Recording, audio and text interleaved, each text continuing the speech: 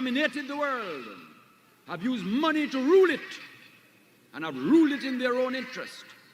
It looks at a world economic system that has no regard for the poor, that has no regard for the small nations, that has no regard for the poor of the small nations.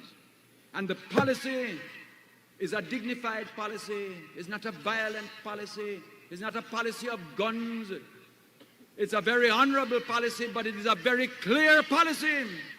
It is a policy that calls the poor of the world to stand together, to stand firm together, to struggle together, to struggle for change, to struggle for justice, to struggle through organization, to struggle through will, to struggle through determination, to struggle to build a new kind of world in which your children and mine will walk with more dignity, with better housing, with better opportunity, with better prices, with better response from the world monetary system. That is the world to which I call you. That is the world for which I struggle, and no power will turn me back from that world. And comrades, if you go and walk with me, if you go and step with me, if you go and move with me, we're moving as warriors. We're moving in determination. We're moving to struggle. We're moving to change that world. No power will turn us back. Me ever fresh, me no green. Me coulda never green, dog. Me no chow-chow. No. Ha, ha, ha, ho, ho. Who ya know?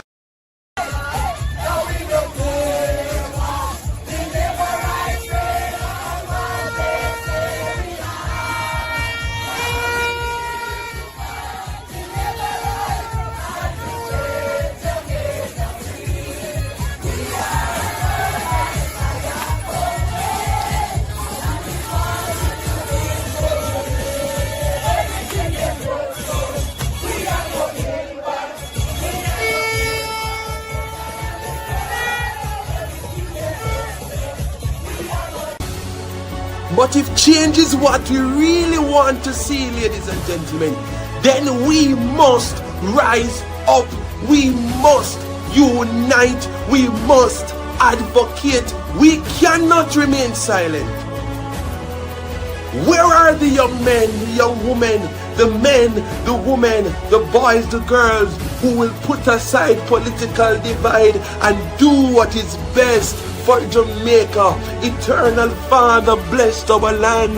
Guide us with thy mighty hand. Keep us free from evil powers. Be our light through countless hours. Even our pledge, our national pledge, says before God and all mankind, we cannot see a better Jamaica unless we return to the foot of the cross. Jamaica under God must increase in beauty, fellowship and prosperity, and play our part.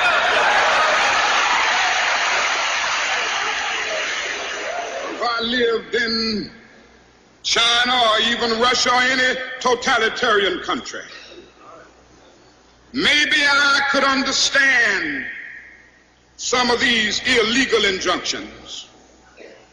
Maybe I could understand the denial of certain basic First Amendment privileges because they haven't committed themselves to that over there.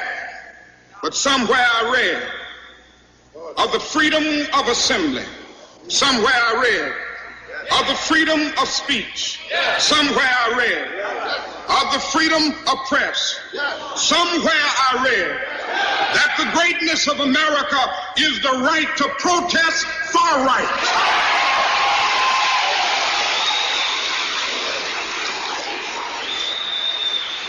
And so just as I say we aren't going to let any dogs or water hoses turn us around, we aren't going to let any injunction turn us around.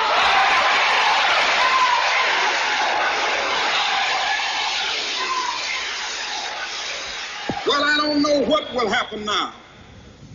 We've got some difficult days ahead. But it really doesn't matter with me now because I've been to the mountaintop. I don't mind.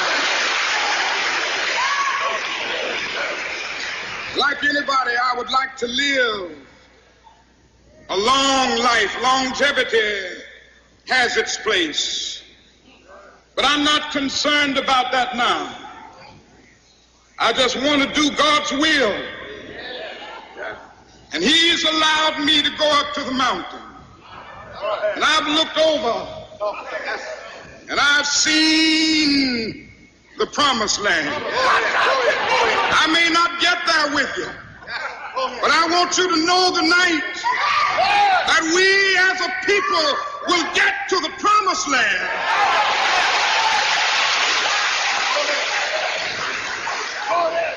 So I'm happy tonight. I'm not worried about anything. I'm not fearing any man. Mine eyes have seen the glory of the coming of the Lord. I said I'm happy every day as I travel through this land. I've been mighty blessed by God, and I'm holding to his hand. Yes, mommy, I see you. Yes, the journey's almost over. Shut up. And the battle is nearly won. And I have a feeling. I have a feeling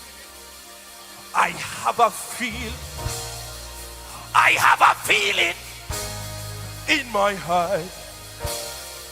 The best is yet to come.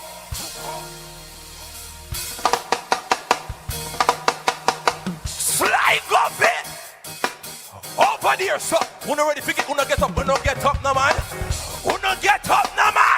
I feel mad in this place. Let's go. I am happy every day as I travel through this land. I've been mighty blessed by God, and I'm holding to his. Over there, so I said the journey's almost over. I know the battle is nearly won, and I have a feeling in my heart the best is yet. Come on, sir. I said the best is yet to come. When I walk through heaven's gates, yeah, I said the first time I'll see Jesus, I can hardly wait. And he showed me to a mansion and said, child, this is your home. And I have a feeling in my heart. You know this one? Listen, shut. Oh, you know.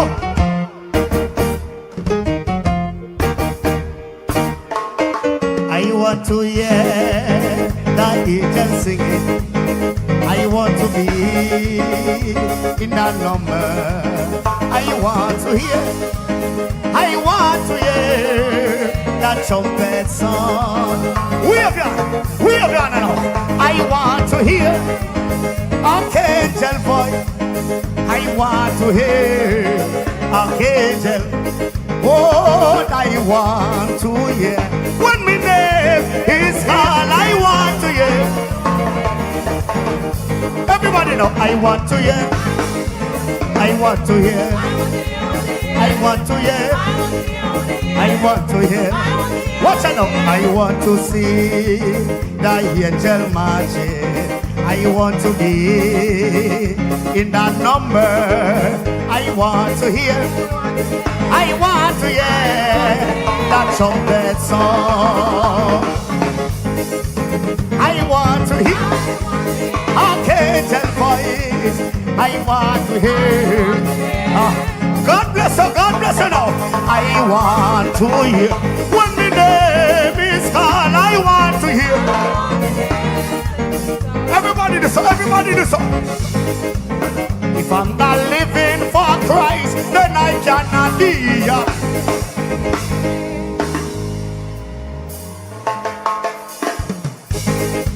Get something and wave it.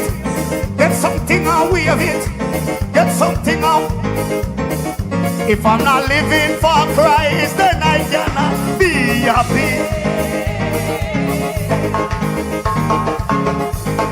Walk out, Christian, walk out, Christian. I only live my life to please. Send me rocking for the road and the star on my phone. I only live my life to please. Live up my life. Come on, man, we have done, man. Everybody so. Live up my life. Live for Jesus.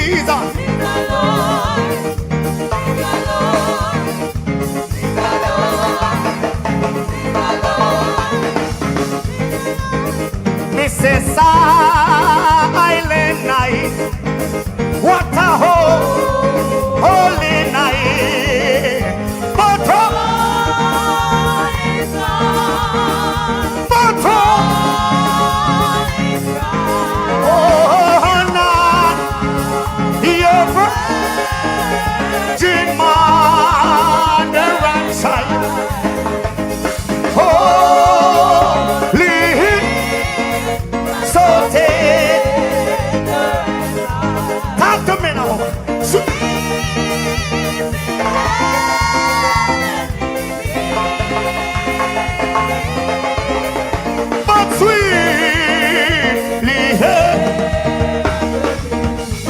God bless you, God bless you. Let me tell some people, I know one prayer we pray. We pray. Blood and fire, comrades who are in jungle tonight. On the nose that the word is love.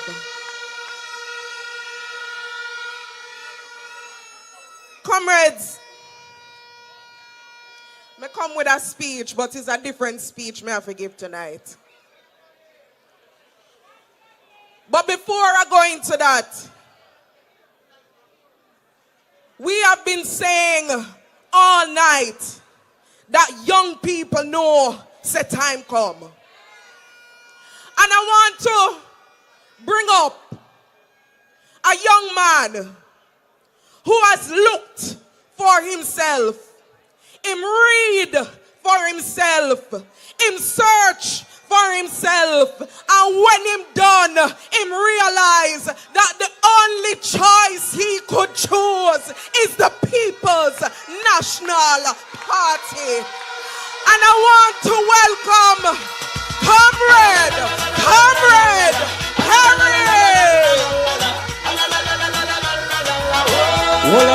Hold on. We don't have much time.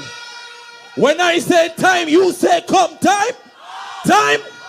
Senator Murray, somebody asked me, Perry, why aren't you a Labourite? Me ever fresh, me no green.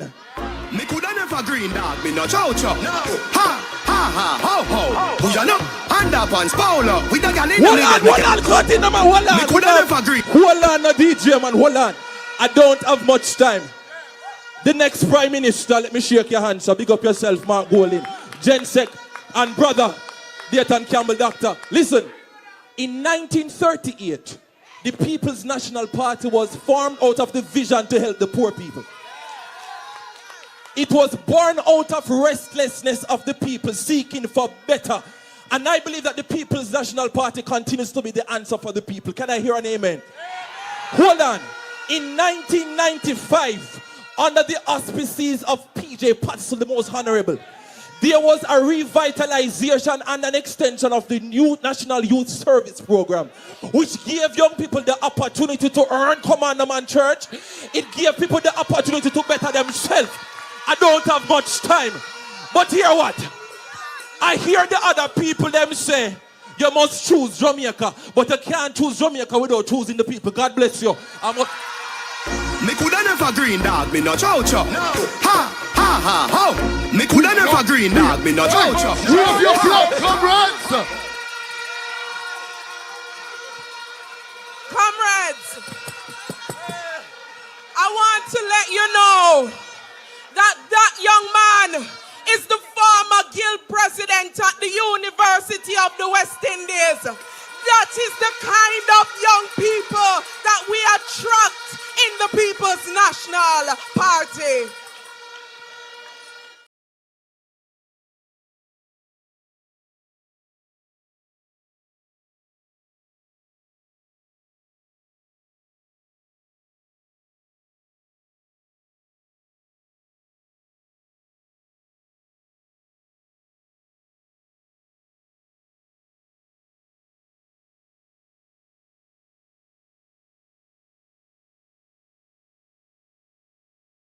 A corrupt government cannot liberate the people. If the head of the stream is corrupt, the entire river will be also. I do not support corruption. Corruption takes money away from children's education. It deprives hospitals of basic necessities. It means that roads are not fixed. Corruption deepens inequality. It siphons off taxpayers' money to make a few cronies richer with the political connections instead of benefiting the people. This government has been doing everything it can to weaken and undermine the Integrity Commission. which is an institution that I designed as Minister of Justice and brought the legislation to Parliament to fight corruption in this country. I have said it before and I will tell you again. Jamaica cannot move forward without a government built on integrity that embraces principles of good governance in this country.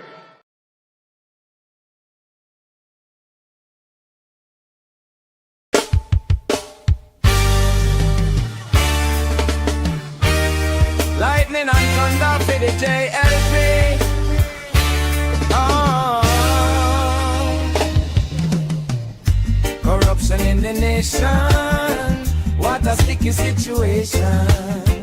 All we see a degradation. Innocent men at the station. Andrew and his cronies getting richer, them a big done. Talking about them helping out the poor. Tell me which one. Juliet, a speaker of the house, me can't believe it. Them mashing the housing trust for people I go feel it. The JLP, them satanic and demonic. Now war fit the youth, them prosper only fit them pocket. I beg is hamping. Corruption in the nation. What a sticky situation. All we see a degradation. Innocent men at the station. Andrew and his cronies getting richer, them a big done. Talking about them helping out the poor. Tell me which one. Juliet, a speaker of the house, me can't believe it. Them machine the housing trust for people I go feel it. The JLP, them satanic and demonic. Now war fit the youth, them prosper only fit them pocket. I beg you stop it.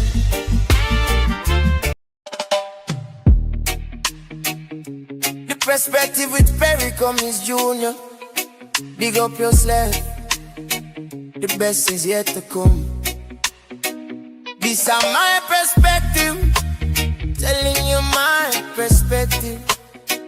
This is my perspective to bring change that I feel me objective. Scandal after scandal. Look where Jamaica come to. Them a rob the money and a thief a lot too. Election tactics, what a disgrace. Them cut off ribbon and the place. No safe is a prime minister. Are you me a address? Police a kill off the youth if you check. Talking about the way country are the best. But though this are my perspective, telling you my perspective. These are my perspective to bring change that I feel.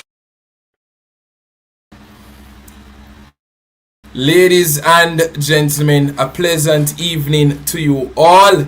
It is the 17th of June 2026. And I'm telling you, ladies and gentlemen, it keeps getting better. When you think about it, ladies and gentlemen, not one day can pass and you don't hear of some madness regarding the Jamaica Labour Party or the Andrew Holness administration. It just keeps getting better and better every time. But I'm happy to have you here. Please to like the live. If you're watching and you're not yet a subscriber, please subscribe. Please subscribe so that we can hit that 10,000 subscriber mark. Would really appreciate it, ladies and gentlemen. We're moving and we're moving on. Well, quickly, please. I was being sarcastic, Yvonne Riley. When I said that it keeps getting better and better, it's really meaning that it's really getting worse. Somebody would say Wassara. Parliament is happening and I believe it is a very important parliamentary sitting. So I want us to hop over to Parliament to hear what is happening. The opposition leader and his team, they have been questioning, they have been drilling the government as it relates to the memorandum of understanding between the Jamaican government and the United States of America regarding the some 10,000 non-national deportees that will be coming to Jamaica. We are hearing that around 25 every 2 weeks will be expected to be here. And I believe this is what the people of Jamaica would really want to see. And it is happening. God bless you, Rosemary Buckner. Thank you for enjoying the platform. It is back. It is back. I am watching on another device. It is happening as we speak. There was a whole lot of pandemonium in the earlier sections. The Speaker of the House shutting down Dr. Dayton Campbell because Dr. Dayton Campbell is asking the relevant questions. Mark Golding set the tone perfectly. Damian Crawford asked questions as well. Yes, guys, Parliament is happening as we speak. I have it on another device that I am watching.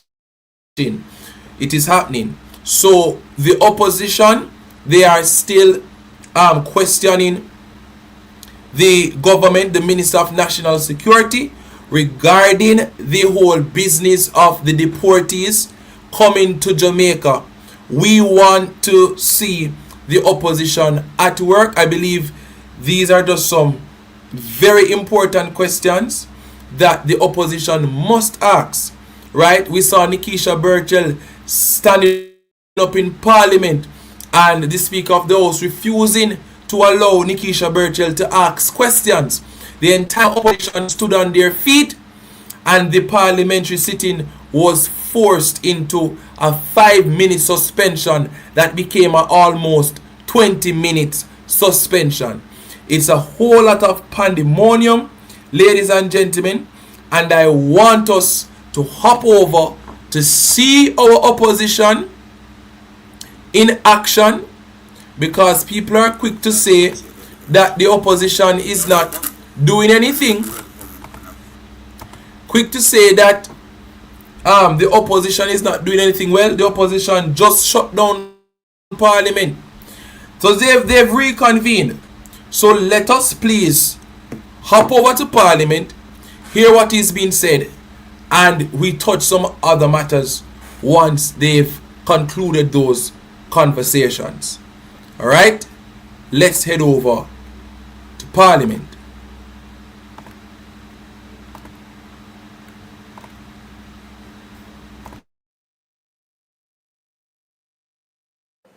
It's a government-to-government arrangement. There is no private government-to-government understanding. There is no private involvement. The funding to host them may have to be, you might have to lease a private place. That's different. But it's not, there is no arrangement for any private sector group to be involved in this. The only third party involved is the International Organization for Migration, the United Nations. The right to terminate reside in both parties, which I said we can do, but obviously, coming from the US, we are the one who may have to seek opportunity if it arises. But I said we are long-standing allies and we work together and we treat the issues as they arise. I conclude, Madam Speaker, that Jamaica has a team of professionals in the Ministry of Foreign Affairs and in the Ministry of National Security who fully understand immigration issues from various angles and have not only done a good job in negotiating, they spend time, they didn't sit down and say, yes, we accept. It has been going on. They have another 8 countries who have concluded arrangement with before we got an agreement. And they're still negotiating with some. I said they are, to me, a team of high-quality professionals who have an understanding of international relations, bilateral relationship, and have negotiated this agreement and will continue to manage and operationalize the understanding between the United States government and the Jamaican government. I think I've covered most. If I have missed any.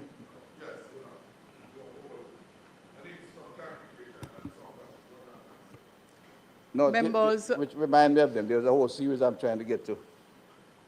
I could assist. Oh, you're not finished? Yeah, I'm finished, but he's saying I did not answer the question. Yes, I could assist by indicating. Go ahead. One of the questions, thank you. One of the questions that I asked that, these are the questions that I asked that weren't answered. What happens if any of those you indicate up to 10 don't leave? If they don't leave after the 2 weeks you mentioned off, what happens? Is the United States obliged to retrieve those persons who would be here beyond the 14 days? That's one. No. They would be like other Minister, Sorry. are you finished, member? No. Because I think he had some more. There's some more to Just, yes. So that is one that is not clear. The other question I'd ask is the MOU, which I gather from the answer he gave, was signed some time ago, last Thursday. Yeah. Will you table it in the House? That was the next question. The other question I've asked is the finalized agreement, the details, the working protocols, whatever you choose to call it, that would be arrived at upon finalization of those sets of provisions. We are asking, and asking to indicate, will you House before the agreement becomes operational? No. And next, you indicated in your answer, Minister, that the persons are not detainees. That's correct. That means what I'm understanding is that they come off the plane, they can roam around all over the country because they're not detained. Are they free to move around in Jamaica at will? Yeah. And the answer is yes. The international migration will deal with them, but they can move around. Minister, just allow the member Yes, from and St. finally- Catherine South to finish and then respond. Just allow the member from St. Catherine South to finish. The minister would follow up on his questions first, and then if there are any other questions he had not responded to, because the minister was not finished. Okay, on the last question that I raised, Minister, about the detainees being free, well, not detainees, you said, they are what, invitees? Guests? Those persons who, however you choose to describe them as not detainees, during their period here, for the 2 weeks you made mention of, or any other period thereafter, what the arrangement is, if yet agreed to, in terms of the provision for their sustenance, food, clothing, medical services, etc. All those are going to be dealt with. What are the operational protocols for those?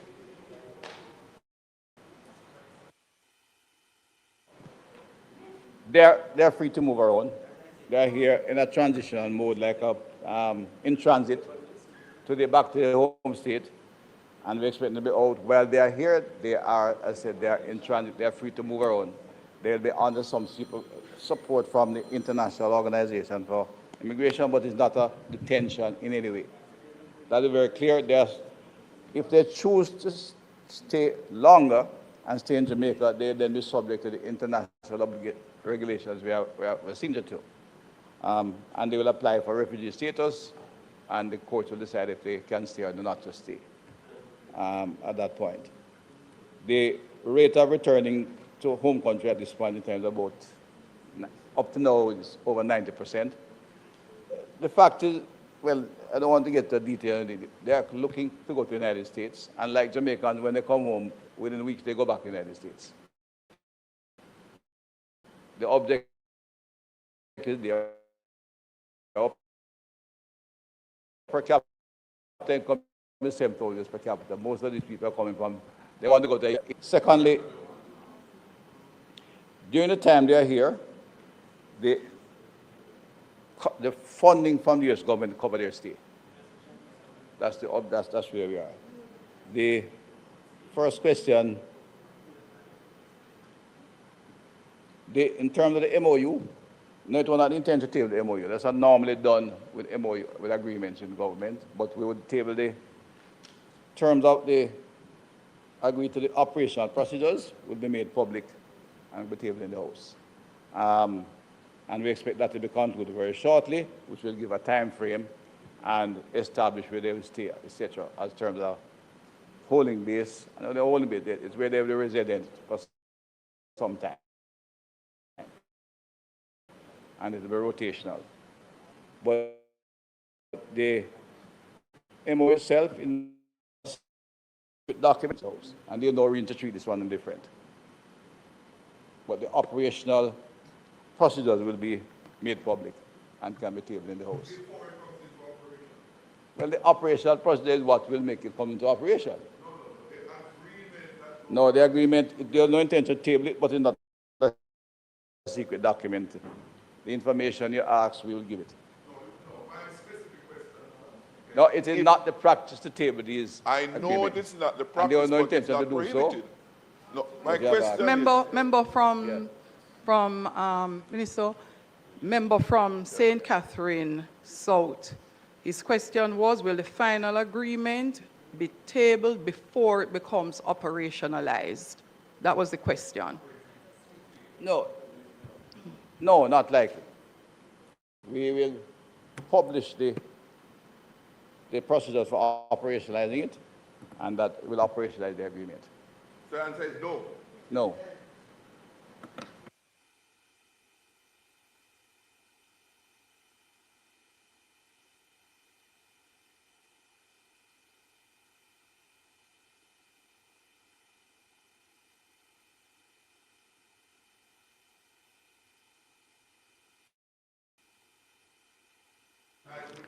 I'm turning on your mic to repeat that question because it wasn't included in the list that you gave a while ago as excluded. No, I actually wrote down every single thing you said. So in the first set of questions, he forgot that he had not heard the response to this question. So, member, I'm asking you to repeat that for Minister. At the very beginning, when I made the statement, Yes. I asked the question, what informs entering into this bilateral agreement? What are the particular benefits to Jamaicans and the Jamaican society that inform entering into the discussions and to go into executing an MOU and to go into determining an operational arrangement? That was the specific question I asked at the very beginning. Thank you, Member. Minister, you may now proceed to respond. Member from St. Catherine Northwest, kindly turn your mic off. Thank you, Madam Speaker. Member, the bilateral agreements between partners don't operate like that. This is a request of the United States government. The TCN request came from the US government. We looked at it, discussed it, and agreed to pursue a discussion to come to an agreement. And those discussions were carried out by professionals. We had no fundamental objection. We had to look at logistics, the number of people can manage. As I said, we are currently managing our own IRMs, which takes the same team of people in the ministry. We are managing, that is what we call involuntary return migrants, which are Jamaican deportees coming home. We are handling a number of Haitians. We have just dealt with a number of Cubans who have stayed in the country. And because of our location, those numbers could expand in a direction. We had to get those considered, and the professionals who have to deal with the issue of migration and handling operation on the scene, who have to work with IOM where necessary, as in this case, had to consider and conducted negotiations and agreed to the numbers we give you. No bilateral agreement, and you have been in government a long time, so you will be aware of that. Agreements are not discussed in that manner with people you work with on a regular basis. The Americans have been our partners from independence. We have many agreements with them. We have extensive trade agreements with them. We have extensive security agreements with them. So it's not a question of quid pro quo. They made a request of an ally, and we discussed it and agreed to the memorandum of understanding.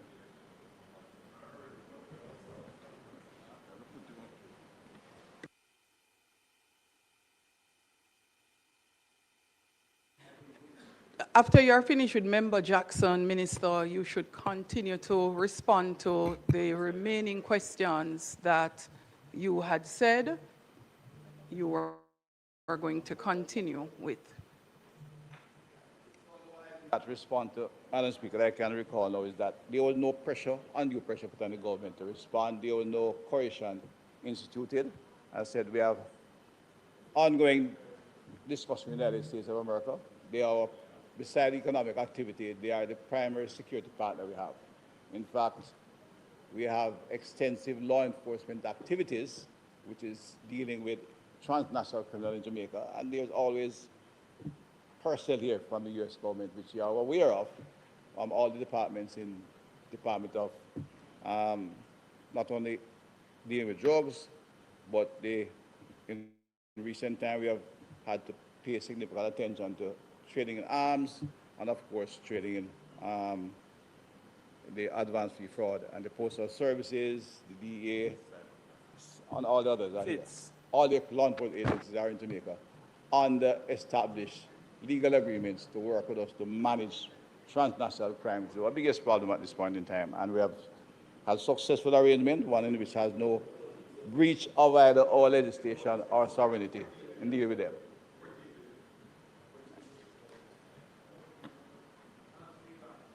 Member from St. Catherine, Northwest, you had questions that you did not hear responded to?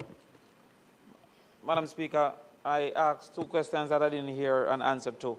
The first was if the numbers given, the 25 and the 10, were for the lifespan of the MOU, or they were movable numbers. That wasn't responded to. And if for any reason we find that there's reason for concern if there was a return clause, that wasn't answered.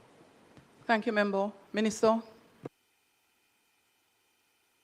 Made adequate comment, Member, but as I said, it is part of the understanding, the agreement. It will not move. 25 is the number that comes on each occasion. What will change, and the 10 is the number we use, the trigger point to pause and review. That's what it means. So while 10 is staying here, no more will come until we settle how we move from there. That's what it means.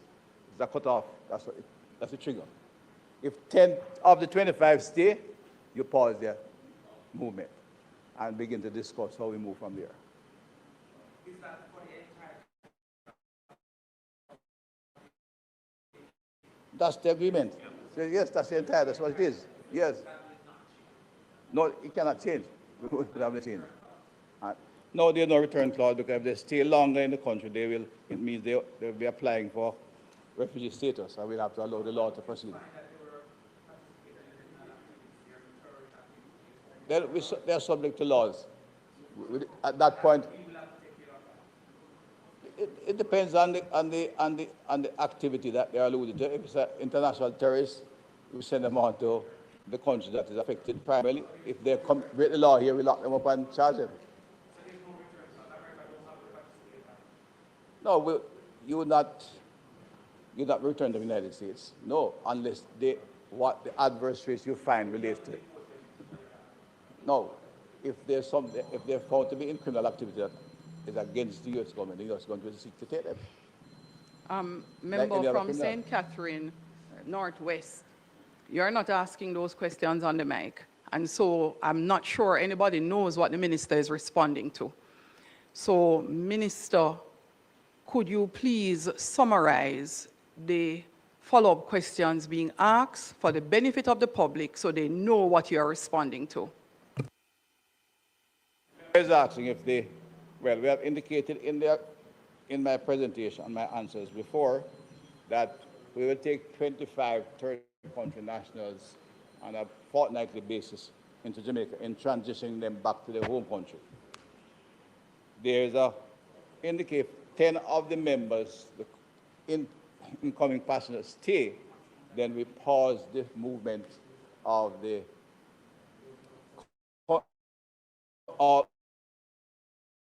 all TC move from there. That's the only opening for renegotiation or changes in the matter. It also means that those who stay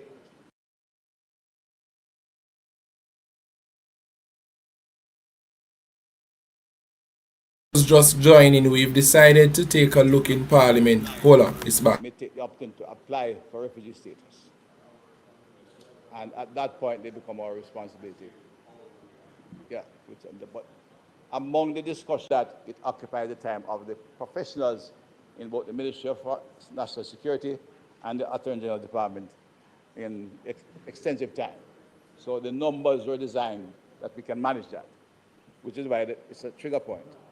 There's not a return clause, obviously, But if they are found to be involved in criminal activity or terrorist activity that affects a particular country, then it will be the right to be deported to those countries. They are responsible to deport them to the country.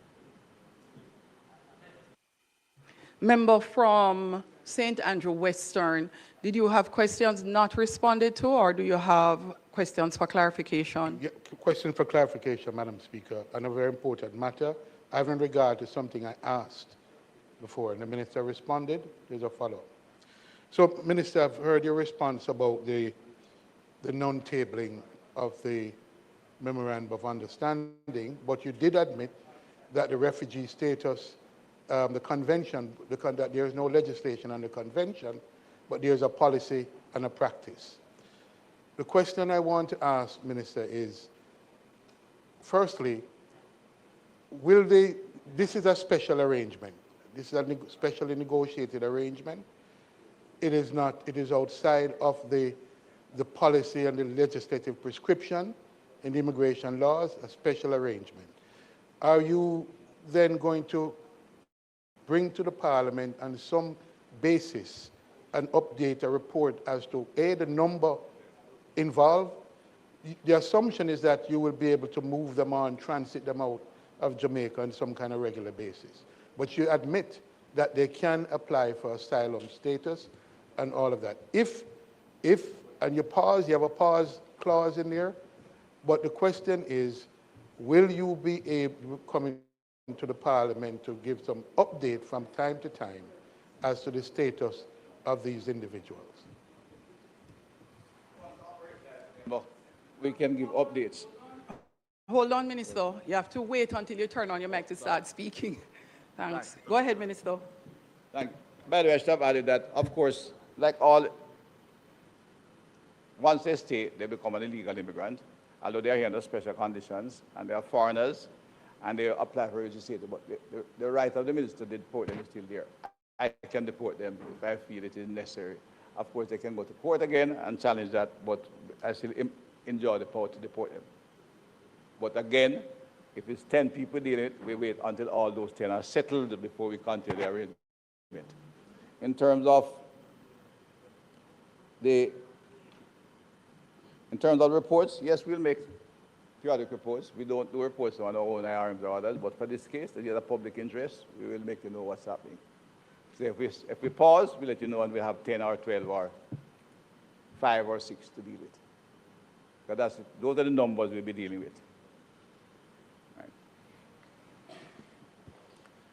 I now ask, Madam Speaker, for the recommittal of... So, I'm going there. House Leader, I'm going to take the time to deal with the issue. Minister, could you turn your mic off, please? I have actually consulted Hansard to ensure that the ruling I made in respect of asking all members in the House if they had any more questions, calling by list the names of the constituencies for the members who put up their hands for questions or had their mics on at the time, and then indicating that the minister would answer all those questions stand. There is no challenge in giving leeway to members who subsequently to that ruling and statement deciding that, you know, I didn't realize I had a question and I'd like to ask one. The appropriate thing to do is to be respectful and follow the House rules and ask the leader of opposition business to put forward the fact that there are some additional questions. The approach of standing up and attempting to bully the Speaker is not one that will be met with positive results for you.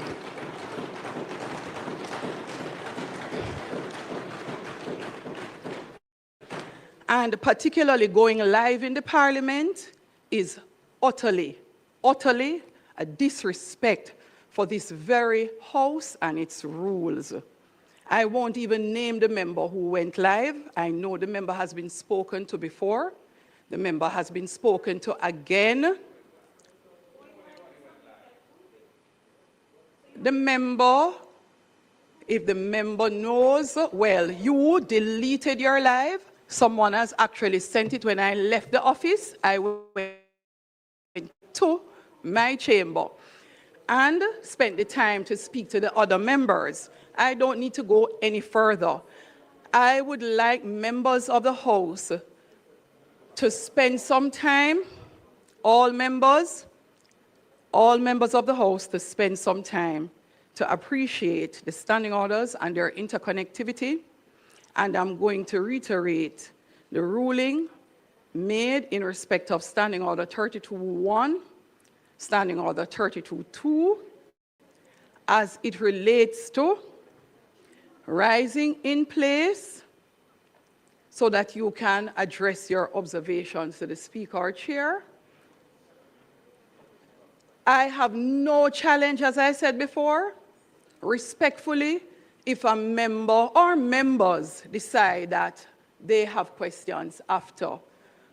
However, the approach taken to stand each week to cause disruption in the House, to cause the suspension of the sitting, cannot be rewarded. House Leader, could you please move for the recommittal? Madam Speaker. She did not say what she said she said. She needs to pull the Hansard. Madam Speaker. The Hansard will be circulated for your benefit next week, the entire House. So just say what there's some people who have questions. Madam, no. Madam Speaker, I believe that in the interest of the nation, when I asked the question earlier as it relates to whether or not we will be taking additional questions following the first set of questions taken by the minister, you gave the impression that you would have reverted to questions following the minister's response to the first set of questions. I understand what transpired thereafter, that perhaps your spirit is not allowing you to feel like you would want to hear the additional questions. But each member here, in her own right or in his own right, has the obligation, to the people that sent them here to ask the questions on behalf of the nation. And I think it's going to be a reflection of your own discretion this afternoon for you to just allow for the following questions, the remaining questions to be asked. The minister is quite capable of responding. How many additional persons have questions? No, that's not appropriate. That's not appropriate. I will ask that question. Okay. Thank you very much.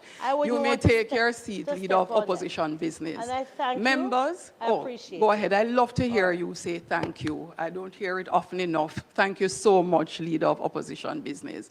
Members, appropriate behavior and respect for the chair is met with, I'm sure, far more discretion in your favor than against you. We have to show respect to each other. And members, I am going to first remind you, I studied the standing orders. Okay, no, I am happy that members now start to walk with the blue book. It wasn't happening before.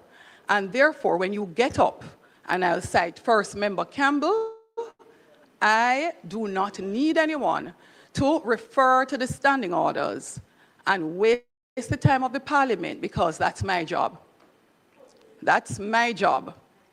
Oh, that's my job. That's my job. So, that's my job. And I'm saying this for the last time. And today, I will in fact give, Member Campbell, I want you to listen, because if you come back, member from Eastern Westmoreland, if the member from Eastern Westmoreland doesn't listen, then the next time he stands up to do what he attempted to do today, I am sure he will appreciate that we have been there before and he has been guided accordingly. Today, I will give the latitude. Are there any other members who have questions of the minister? And I will reiterate that if today's behavior happens again, the latitude will not be granted. So, the latitude will not be given again. Today must be the very last time that this behavior is displayed. Which house rule are you citing, member? And you are allowed to give the house rule number. I am citing Standing Order 11 and 32. 11 and? 32. So member, Standing Order 11 and Standing Orders 32 were not broken today. Standing Order 11 speaks to the number of persons who can ask questions in a debate. All the members who indicated they had questions were given the opportunity. And we indicated, myself as Speaker and Chair, that now that I had collected all the members, we would now have the Minister answer. Standing Orders 32, 32.1 and 32.2 is even more direct in terms of the role of the Speaker. And the members, if you recall, member from Westmoreland Eastern, there was a written ruling provided to the House in respect of Standing Order 32, and I am going to circulate the written ruling for the third time. Member from St. Anne, member from St. Anne Southeast. Madam Speaker, no, we are on statement by Minister. We are on statement by Minister. The standing order that the Speaker is quoting is about 32, which is about the rules of debate. We are on statement by Minister. It is still under questions and answers to questions. No. Where we So are on the agenda, Madam Speaker, is statement by Minister. There are several.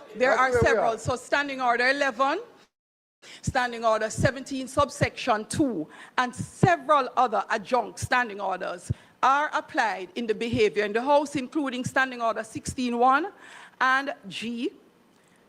Go through them, member. No, including 32.1 and 2. Them. Madam Speaker, I have read them. Thank you, member.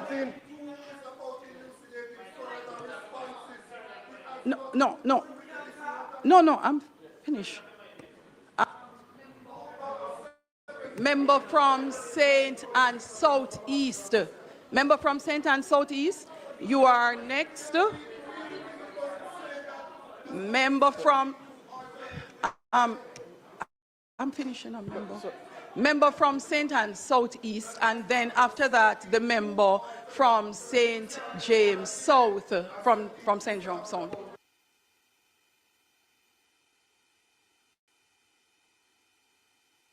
I call you. Sorry. And then, last but not least, is the member from St. Andrew South. You have some questions of the minister? St. Andrew South. Oh, sorry. St. Andrew South West.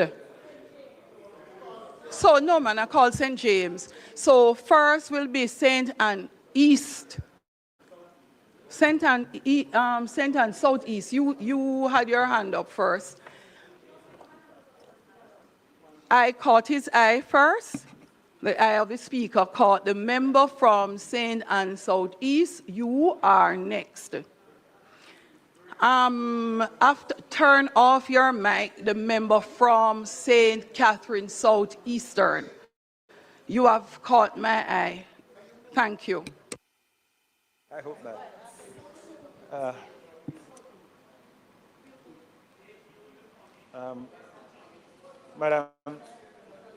Madam Speaker, so first question, I have a couple of quick ones. And Minister, the immigration status while in Jamaica, if you could speak to that. And then the second part of it is for the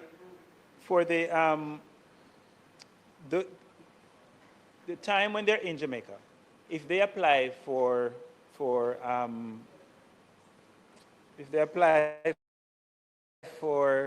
asylum, thank you, that's the word. If they apply for asylum while in Jamaica,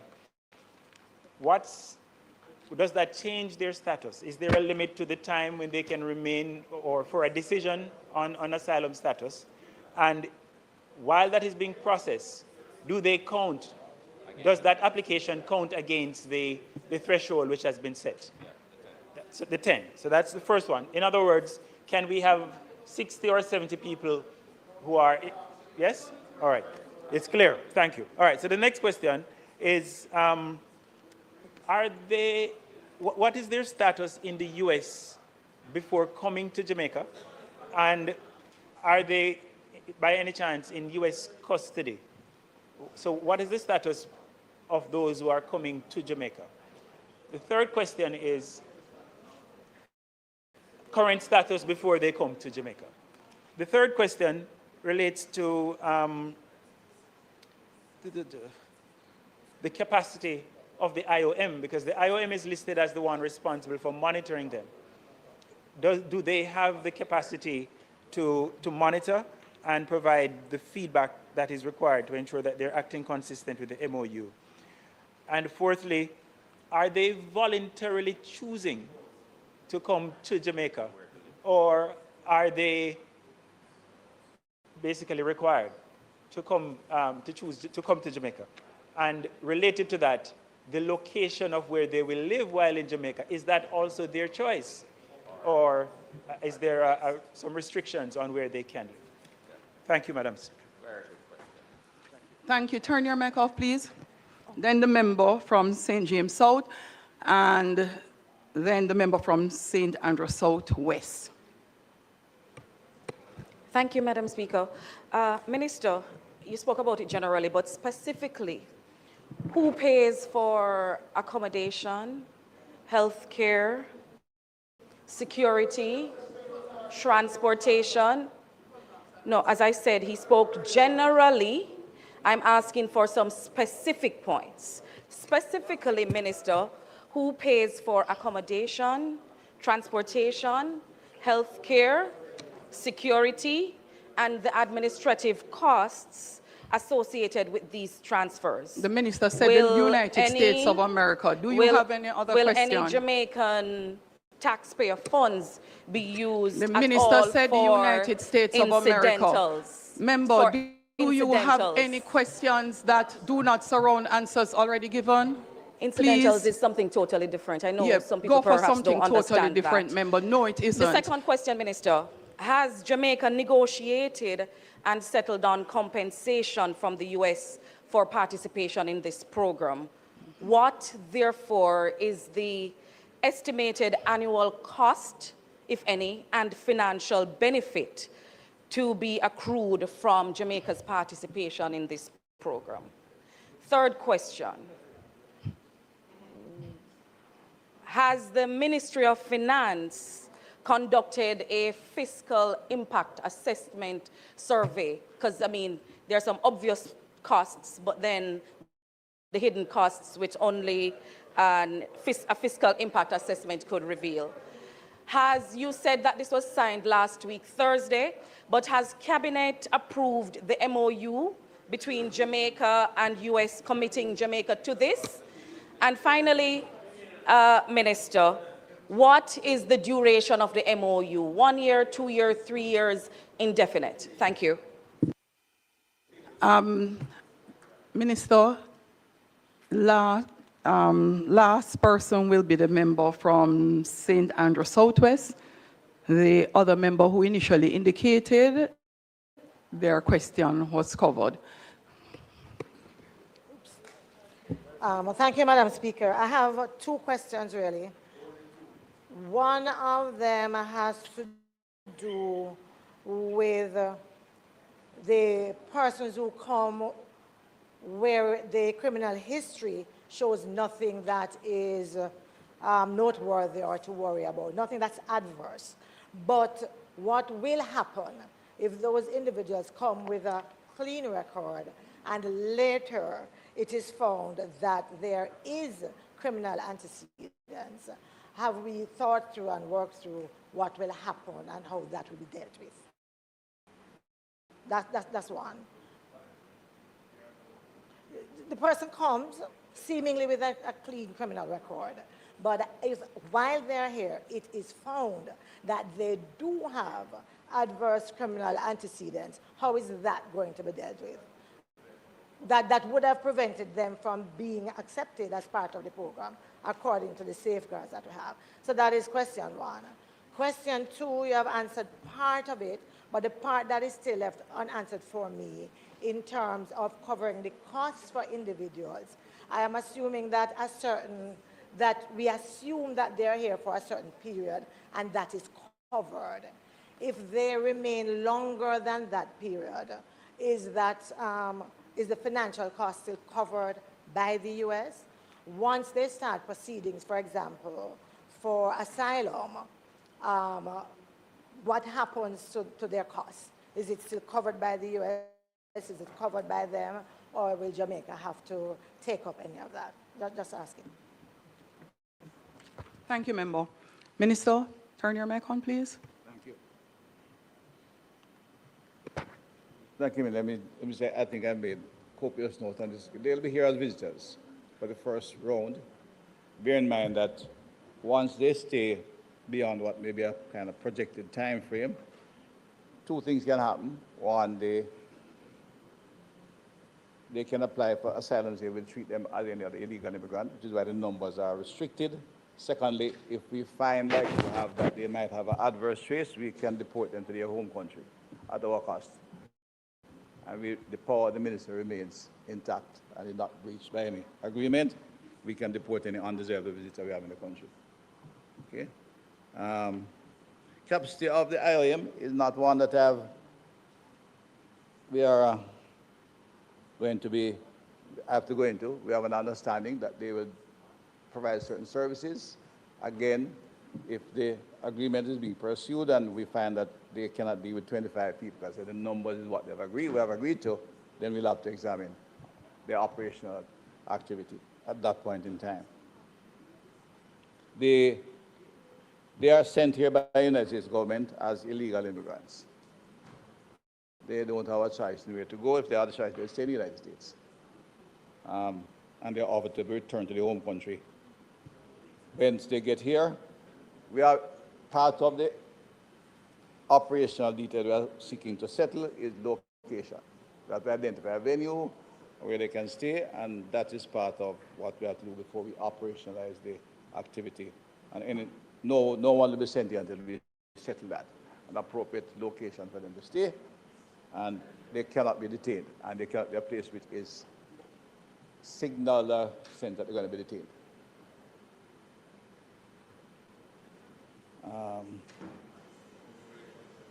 I'm going to all of them now.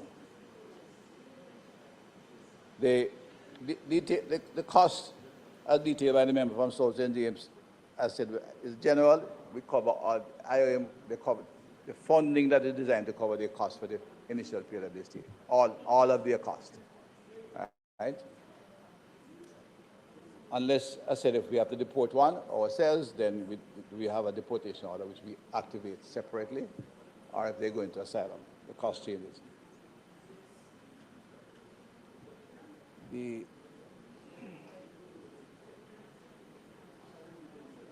There's no compensation to be derived from the United States government. It's an agreement we have negotiated. As I said, the United States government is one of Jamaica's primary partners in terms of both trade and security, and we negotiate this. In this case, they asked. When we were to receive our IRMs, we asked for a negotiated agreement, and they send us the numbers we're saying, 2 flights a month. In this case, they asked us to accommodate their policy program, and we, in negotiation, did so. There's no compensation there. The United States, as a partner in security, they are our primary partners in security. And in times of emergency, they are always available. In the passage of Hurricane Melissa, they were particularly helpful beyond security. Their major helicopters were most critical in the initial phase. They were in your constituency, delivering goods and taking personnel because we didn't have that kind of equipment. And they're always on standby for that kind of activity at any time. Our relationship has not, we may vary in the public perception, but we have had a very strong relationship with the United States government for a long time. And I said their security arrangements in particular have been strengthened in the last few years and has worked extremely well in us identifying and disrupting both transnational criminal activity, gangsters and otherwise, in our country. Up to recently, I've seen that they arrested some 5 individuals who are major shippers of guns in the United States, and that came about because of major bilateral cooperation in dealing with the illegal trade of firearms coming to Jamaica.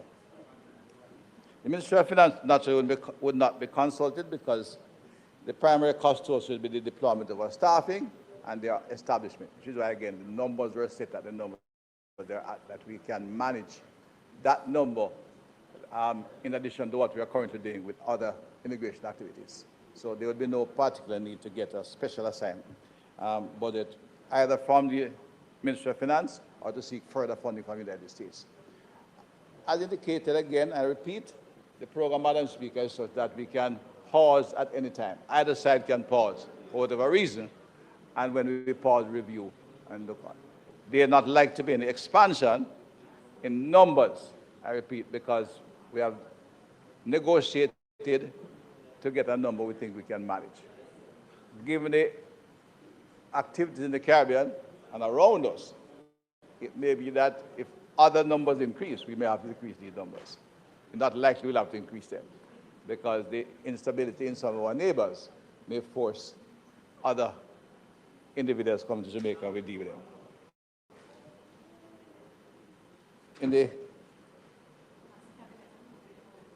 It was, basically, it had to be approved by Cabinet, and that was done before. And Cabinet gives instruction to the ministries. They instruct us on the basis of a draft MOU, which we then take to our partner, and when we discuss it, it was accepted, and we signed off together, same time. And it's an understanding which is clearly open-ended. Yeah, right.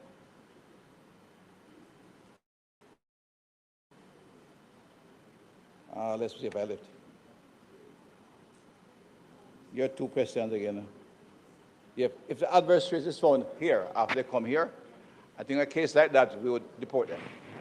A member from Southwest St. Andrew, if the adverse trace is discovered when they arrive, because they did not identify them initially, we would not allow, if they have an adverse trace, we can deny them application for refugee status, and we deport them to their home country.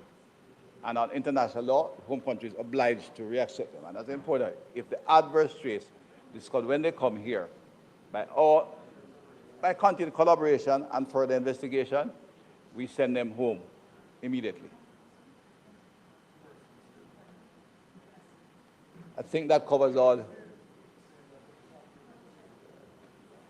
Member Southwest, we have covered your question, right? All right. Thank you, Madam Speaker. I think we have covered it. Turn your mic off, please, Minister. House Leader. Thank you, Madam Speaker. I ask for the recommittal of all the items on the agenda, starting at motions that may be made at the commencement of public business.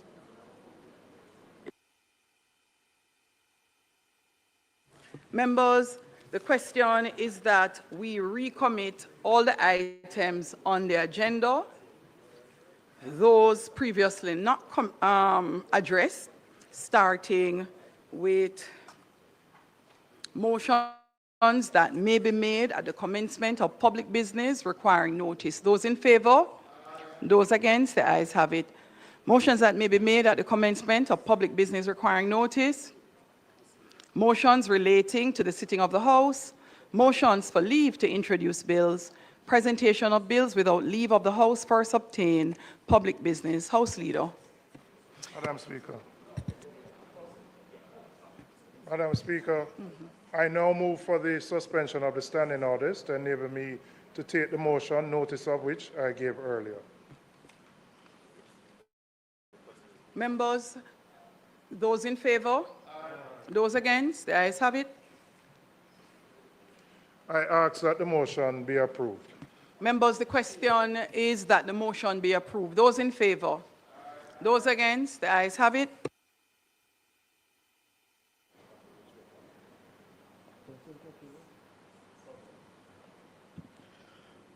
Madam Speaker, the only other item that I asked for leave for us to take in public business, the member from St. Catherine South Central has indicated to me that he would like to make a public explanation under Standing Order 18. I ask that leave be given for the House. A personal explanation under Standing Order 18. Approval granted. Yes, ma'am. Madam Speaker, I just would like... Leader of opposition business. I actually answered you without being on mic. That's all right. Leader of opposition business. Just would like to clarify, Madam Speaker, as to what the matter relates to. The member asked to make a personal explanation under Standing Order 18. So according to the rules of Standing Order 18, he is allowed with leave to make...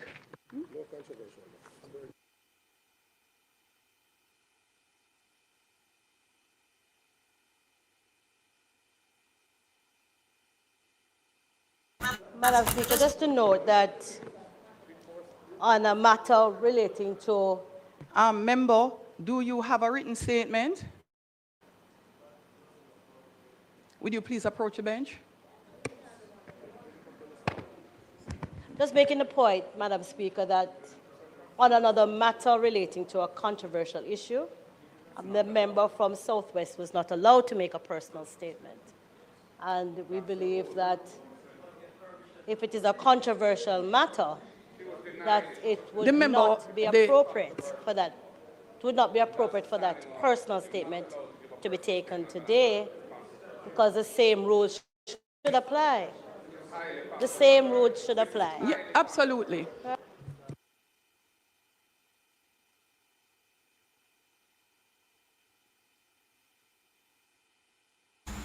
These people are trying to protect So Andrew Wheatley. Members. Why are they trying to protect Andrew Wheatley? Is how Andrew Wheatley approached the bench and him have the personal clarification, you know.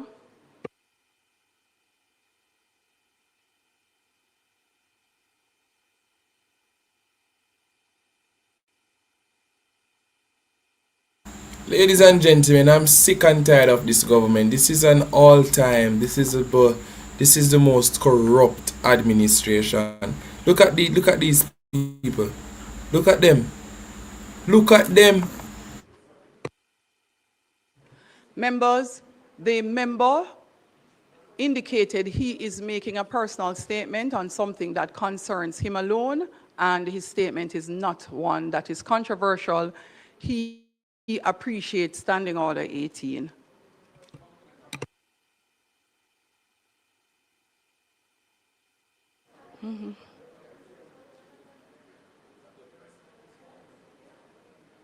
Listen to this now, ladies and gentlemen. Listen to this. Here you know. Andrew Wheatley, Petrojam scandal. Madam Speaker, thank you for allowing me to address this Honourable House of Representatives by way of a personal explanation. Madam Speaker, I have had a brief opportunity to peruse the report of the Integrity Commission, which was tabled earlier.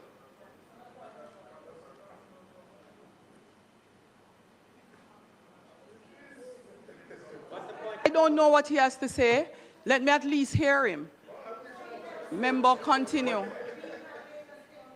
Member, he has indicated that his statement is not controversial.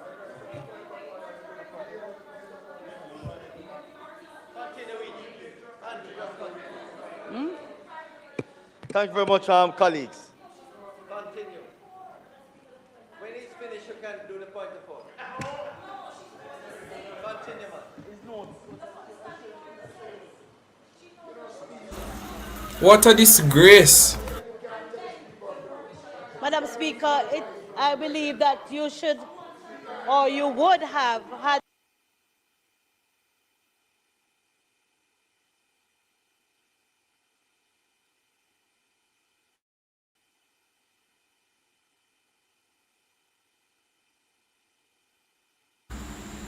Wheatley, Petrojam scandal. Now for illicit enrichment. The Integrity Commission made it very clear. Fraudulent statements submitted This man is getting millions of dollars, ladies and gentlemen. Nothing for the Integrity Commission to look on and say, yes, everything is lining up. All of these people who are a part of the JLP administration, they are corrupt, illicit enrichment, and now they want to give Andrew Wheatley an opportunity to come and defend himself in Parliament. What type of madness is this? What type of Speaker of the House is this? What type of stupidness is this? Of course, Juliet Holness know what is going to be said about it's not controversial. Of course, she knows what is going to be said. The man approached the Speaker, and she's still giving the man the opportunity to come and talk. And the opposition clearly say, if this is going to be controversial, no. What type of party shop is this, ladies and gentlemen? I've been watching the Parliament from there. And I'm telling you, ladies and gentlemen, if we don't get up in this country, look at Chang. Chang don't know how to answer the questions. Questions are box him left, right, and center. He doesn't know what to say. Is either one or two things, Mr. Horace Chang. Is either you know the truth and you refuse to say it, or you genuinely don't know what the United States of America is up to. And either of that can be true. Either of that can be true. The United States of America, they have no obligations to be transparent with you. So for all I know, the United States is doing whatever they want to do. And if they say jump, you all have to say, oh, why? You people don't have a clue as to what is going to eat this country. But I will never forget this. If you continue to allow persons to take advantage of you, ladies and gentlemen, they will always press at you. And that is what is happening right now with the Andrew Holness administration.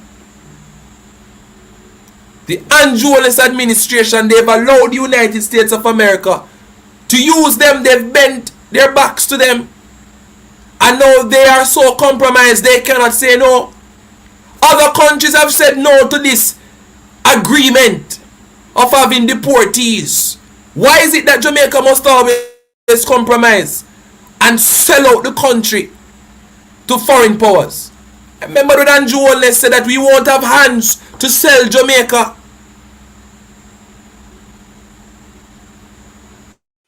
The Speaker of the House knows that it is related to the Integrity Commission report. Andrew Wheatley should not be allowed to say anything regarding this. As a matter of fact, the most recent news I saw is that he is to be charged.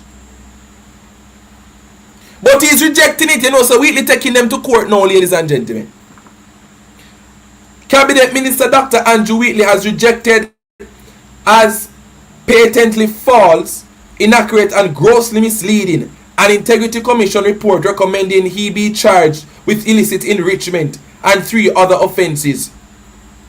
The Member of Parliament for St. Catherine South Central made the comments in a media statement issued Wednesday, minutes after the Commission's investigation report and an accompanying ruling from the Director of Corruption Prosecution were tabled in the House of Representatives.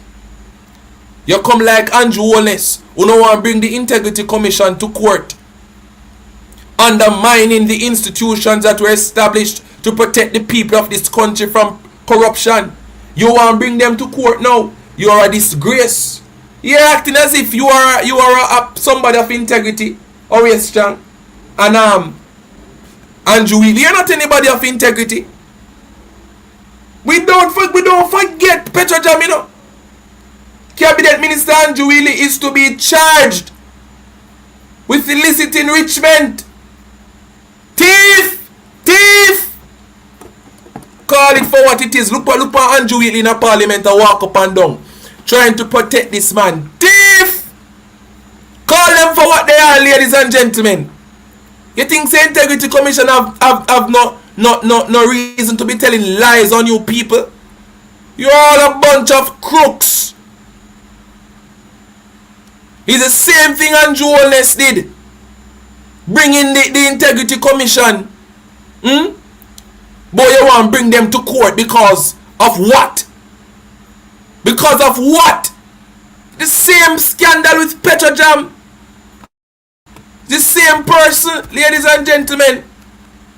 Don't allow these people to come and parade in your faces as if they are anybody of any good character. A shameless bunch. I don't know how labor rights cope. How you people support this administration. The Petrojam scandal is one of the most high-profile corruption, nepotism, and financial mismanagement sagas in modern Jamaican history. Emerging publicly in May 2018, it led to a scathing investigation of the auditor by the Auditor General's Department, criminal charges against top executives, and the resignation of senior government. This discussion that we have had would not be allowed to go into any details that contravenes the standing order number 18, which raises issues that are controversial, particularly affecting anyone or entity outside of yourself. And so you, with agreement, have been given limited latitude to make a very short 1-minute statement. Thank you very much, Madam Speaker. Thank you very much, colleagues. Let me just use this opportunity to indicate to colleagues here that I have every intention of protecting my reputation. It is a matter that somewhere or the other can affect all of us as members in this House. And so my team of lawyers will bring to the fore, to the public, that I am innocent, that the conclusions are inaccurate, and that we have a responsibility to encourage anyone from any humble beginning or otherwise who wish to serve his or her country, not to be afraid because of persons who want to defame them or destroy their reputation. I will take that back, sorry. In addition to which your time is up, so close. Thank you very much, Madam Speaker, colleague.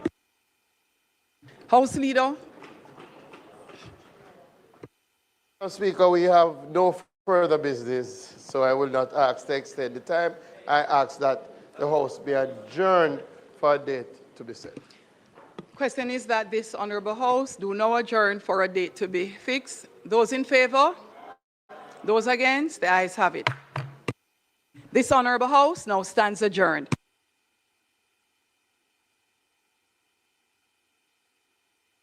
So them are fire, and if the enemy are fire, you can't stand up like stooge. You can't go on like a fool. You have to fire back. Somebody load up and say, pop, pop, pop, pop, pop.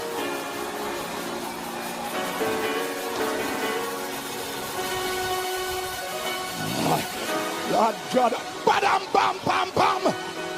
Jesus Christ, what is what? Pop, pop, pop, pop.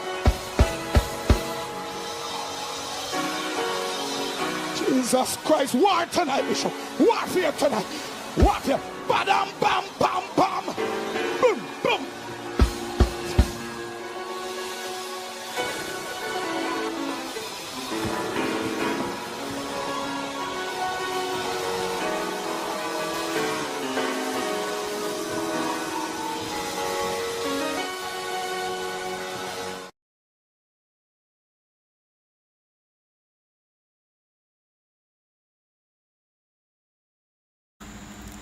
Well, there you have it. Well, there you have it, ladies and gentlemen. There you have it. What can I say then? Isn't this the most corrupt administration you've come across? Isn't this the most corrupt administration you've come across, ladies and gentlemen? What more proof is needed that the Jamaica Labour Party administration, they continue to get away with murder? Cabinet Minister Andrew Wheatley to be charged with illicit enrichment. Now that we've gone through Parliament, let's see if we can read some articles and drive some points home before we bring the curtains down. We have, a few minutes left. Let's read the article. Well, you've heard Minister Chang and his nonsense, unable to answer the questions.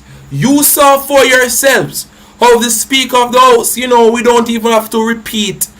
We know that the Speaker of the House is biased. She is unfit to be the Speaker of the House. We heard Andrew Wallace talking about they will not be bullied. They will not be bullied about the opposition or bullies. And Mr. Wallace and Dr. Dayton Campbell, they were going at it. We saw just now clear tensions between the Speaker of the House and Nikisha Burchell. Nikisha Burchell shut her up and asked her questions, right? It was just chaotic in Parliament today. It was just chaotic. It didn't sound good. It didn't look good. The entire parliamentary sitting today was atrocious. It was embarrassing. It was unbecoming. It was an all-time low, the lowest of the low that you could go.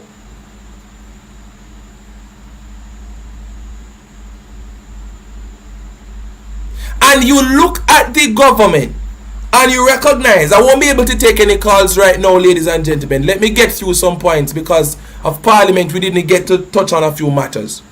I'll take some calls at the latter part of the show. But you see, ladies and gentlemen, every time the government is put on the spot to be questioned, every time the government is under the spotlight in a negative way, they get defensive, they get disruptive, they get rude, they get arrogant. Clearly there is something that the government is hiding regarding this 10,000 deportees matter. Before I even get to Andrew Wheatley, because nothing that I can say about Andrew Wheatley is surprising. You all should know the character of this man.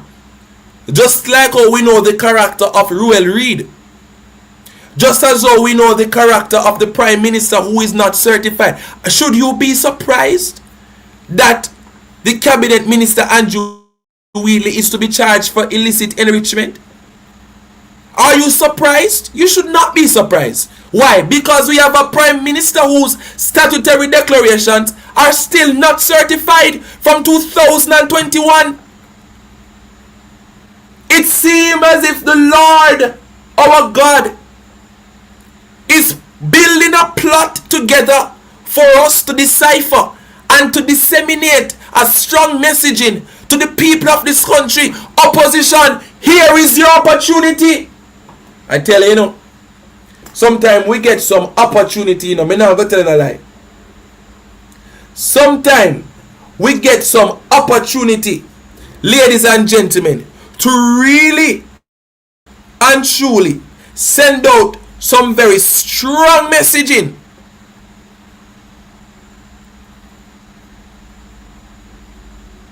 Because this is a perfect opportunity for the opposition to hit the airwaves, to hit social media.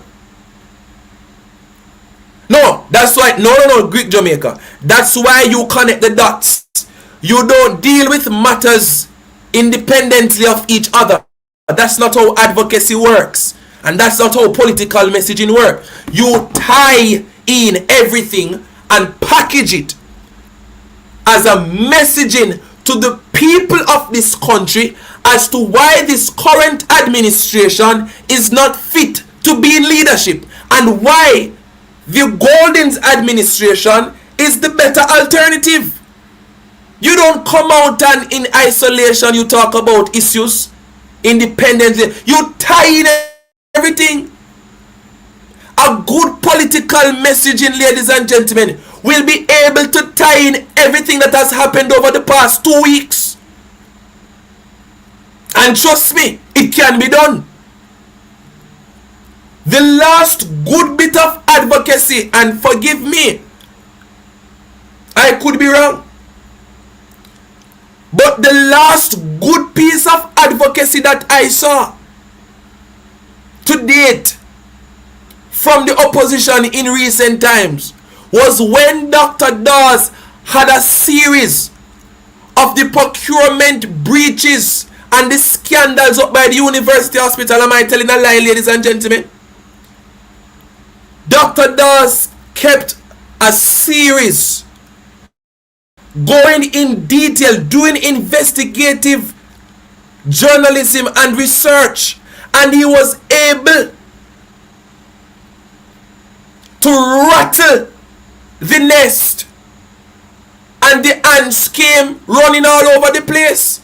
And it was through that powerful advocacy we were able to have conversations regarding the university hospital, regarding the island-wide procurement scandal.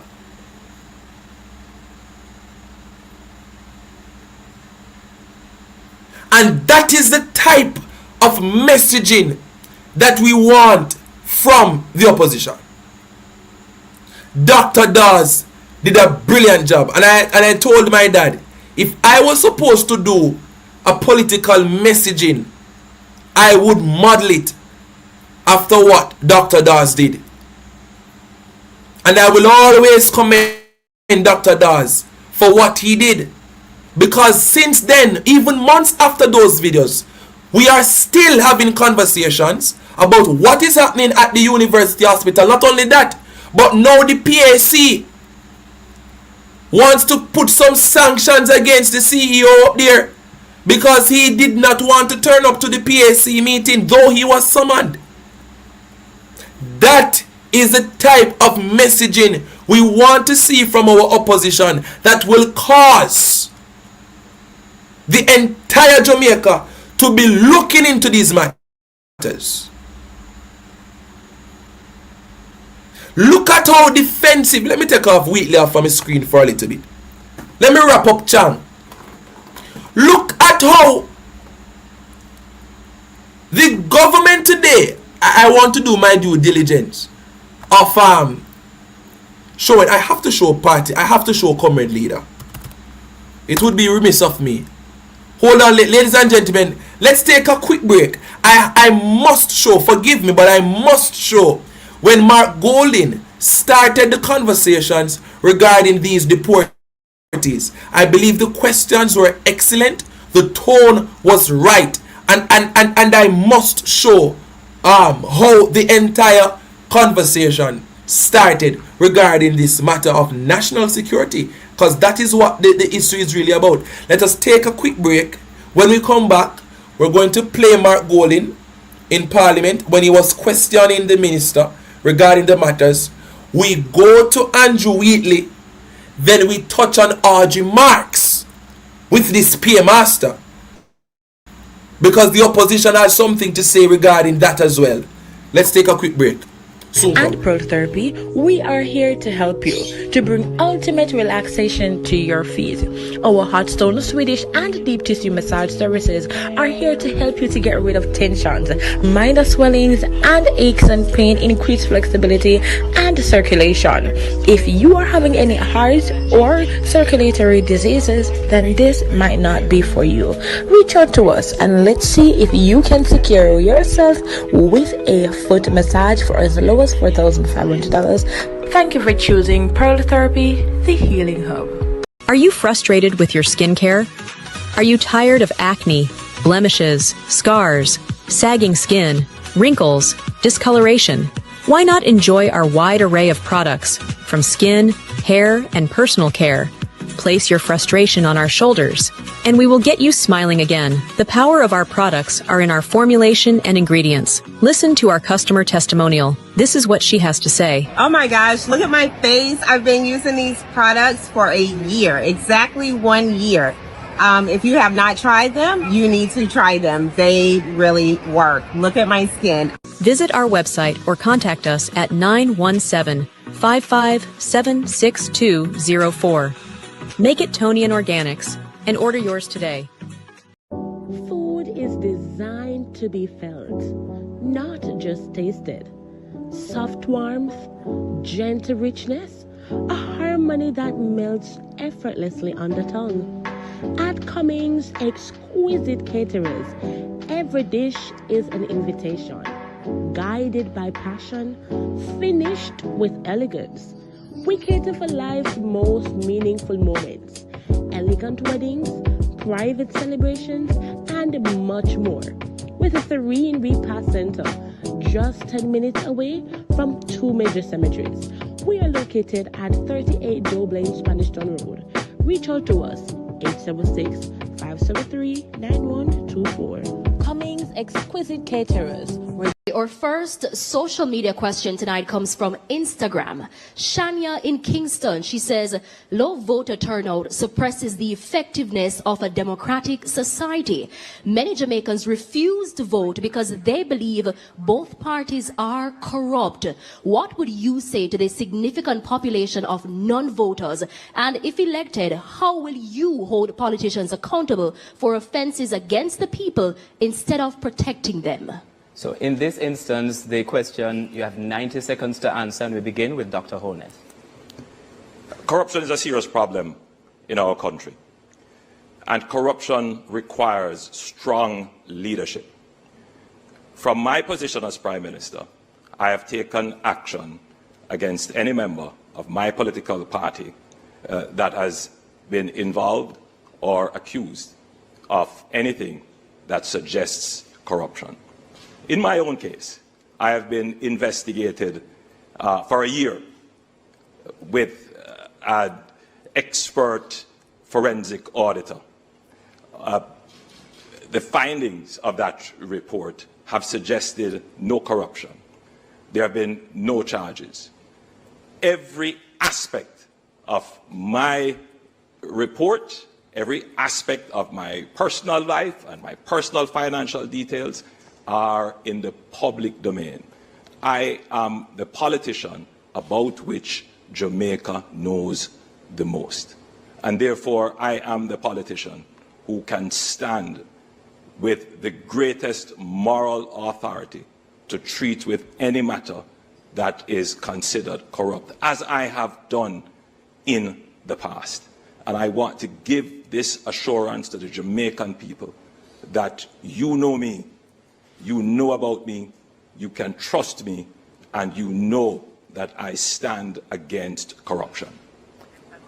Mr. Golding has the opportunity to respond to that social media question as well. Andrew, what they know about you is that you have 28 bank accounts, that you received several $1 million in cash deposits from anonymous donors in your bank account, that your companies had transactions of over $400 million, several thousand transactions between them, and that Positive Jamaica Foundation, a non-profit which you are intimately connected with, provided resources which you use for personal investments through your personal company. We have signed the Leadership Code of Conduct developed by Integrity Commission. All of our spokespersons and myself have signed. None of your people have signed it. I am committed to ensuring that all members of the executive, when we form government, will have their Integrity Commission declarations published, not just the leader of the opposition and what should happen, but hasn't happened in your case because you're not certified, the Prime Minister. So the whole question that has been asked is an excellent question, and we really need to step up our vigilance against corrupt behaviour, nepotism and cronyism. The volume of scandals under this Jamaica Labour Party government is unprecedented. Over the number of ministers who have had to be removed from frontline duty, many of them parked in the naughty corner in OPM, rather than being sacked. It is a disgrace to the country, and your personal situation where you're operating under a deep cloud because your Integrity Commission declarations are not certified also is something which Jamaica cannot go forward with.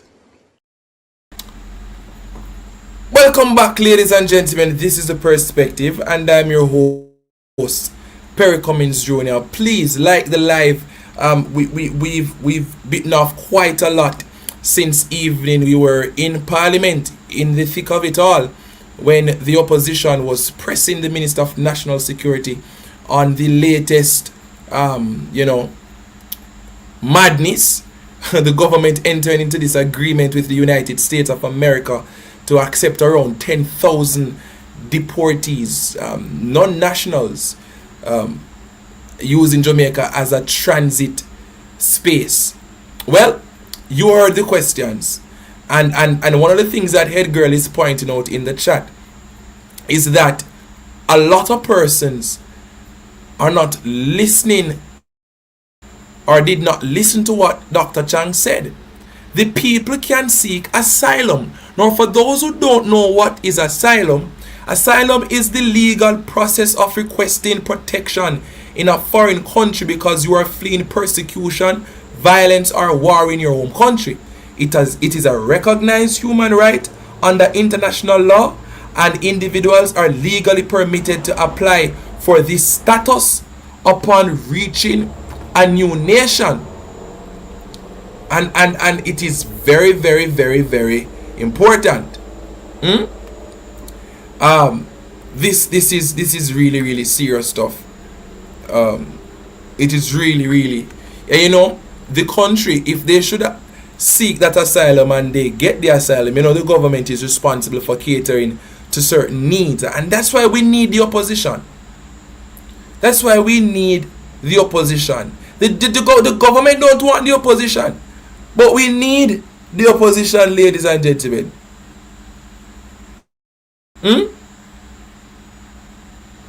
My God. Oh, wow. Well, let us hear from Mark Golding.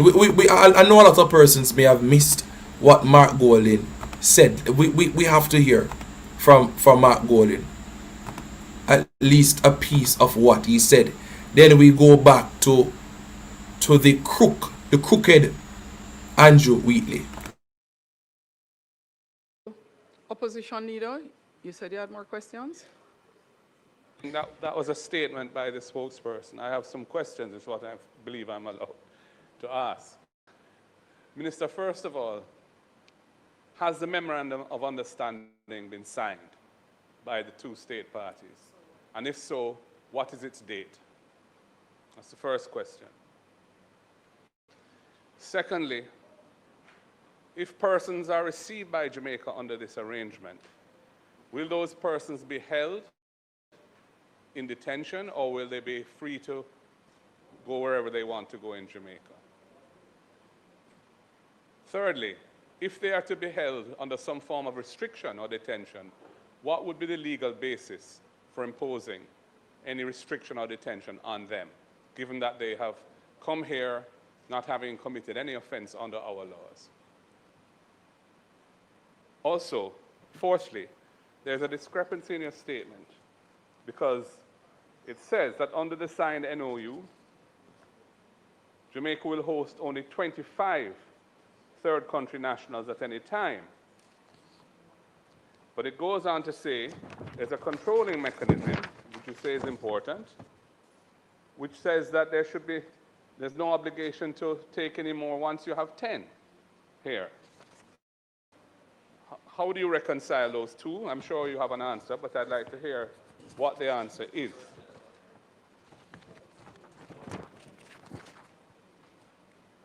And fifthly, Minister, I would like to specifically ask, what is the motivation for Jamaica entering into this memorandum of understanding? There is no discernible benefit to Jamaica from taking third country nationals. Is it that there are benefits which have not been disclosed? After all, we only heard about this because of a leak to a newspaper, resulting in the publication of a scoop yesterday. This is why you're here giving this statement today. Were that not, had not that happened, we wouldn't know. We'd all be in the dark. So I'd like to know, what is the motivation of the government in signing this MOU? If there's a benefit to Jamaica or there are benefits, what are those benefits? If on the other hand, there was other forms of inducement, negative or positive, to enter into it, what were those? The country has a right to know. This matter is of great concern to Jamaicans. We have never had a situation in the past where we have taken third country nationals pursuant to a bilateral arrangement. And the last point I wanted to raise, Minister, which I think is number 6, is whether you are aware that a federal court in the United States has ruled that the third country removal policy is unlawful. And that matter, the U.S. government is appealing to the U.S. Supreme Court. So the legal status of this arrangement under U.S. law is very unsettled. The only existing ruling that I'm aware of is one where a federal judge in the District of Massachusetts had said, out of a class action lawsuit brought by 8 migrants, had ruled that this arrangement is unlawful under the laws of the United States. And that is, as I understand, being appealed to the U.S. Supreme Court. So are you aware of that, Minister, in entering into this arrangement at this time? Should this not at least to await legal clarity in the United States as to whether such an arrangement is proper under their law? Opposition leader, you have gotten a lot of leniency. Yes, I have. And I have one more question, Madam Speaker.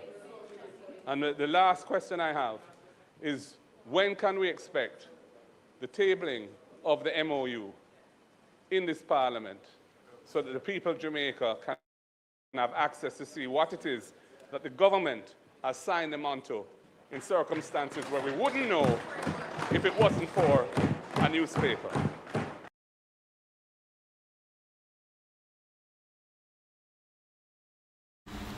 The memorandum of understanding wasn't even tabled at the time when Mark Golding was asking those questions, right?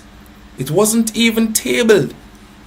It wasn't even tabled. Mark Golding is not a loud speaker. I saw somebody in the chat asking why it was so low. I believe it's just, you know, the volume of his voice. I'm telling you, it's a shame. But let me read this article quickly. And after this, we touch on Paymaster Audrey Marks. And we can call it a night. I'm telling you, Jamaica, God, if you don't help us. Cabinet Minister Dr. Andrew Wheatley is to be charged with 4 offenses, including illicit enrichment, after a probe found assets allegedly disproportionate to his lawful earnings. Sound like the Prime Minister. This is the exact problem that they have with the Prime Minister, you know. Anyways, I digress. By more than 164 million, the Integrity Commission's corruption prosecutor has ruled. The disclosure came in a report tabled in the House of Representatives on Wednesday afternoon. Illicit enrichment primarily refers to public officials owning assets disproportionate to their lawful earnings, who failed to provide a satisfactory explanation when investigated by the Integrity Commission. Documents tabled in Parliament Wednesday show the Commission's Director of Corruption Prosecution also recommended charges of knowingly making false statements in statutory declarations. One count covering 2013 to 2017 and another covering 2018 to 2022. along with a charge for failing to provide information requested by the Commission's Director of Information and Complaints. The investigation report separately flags tax compliance concerns tied to a medical business Wheatley once owned and recommends that finding be referred to the Tax Administration's Commissioner General. My God. Director of Investigations, Kevon Stevenson, probed the matter and referred this report to the corruption prosecutor who recommended the charges. Wheatley is a senior politician from the governing Jamaica Labour Party who serves as minister without portfolio in the office of the Prime Minister, responsible for science, technology and special projects. He is the Member of Parliament for St. Catherine South Central. Wheatley, a scientist, previously served as Minister of Science, Technology and Mining. He resigned from his cabinet position in July 2018 amid controversies and investigations concerning the operations of the state-owned oil refinery, Petrojam. We're going to remind the viewers of Petrojam as well. Prime Minister Dr. Andrew Holness reappointed Wheatley to the cabinet following the September 2025 general elections. Wow. I wonder where is Marlon? Where is young Jamaican Marlon Morgan? Where is young Jamaica and Marlon Morgan? Apka Fitzhenley. Where all of them there?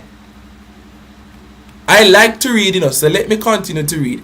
The investigation conclusions are as follows. 1.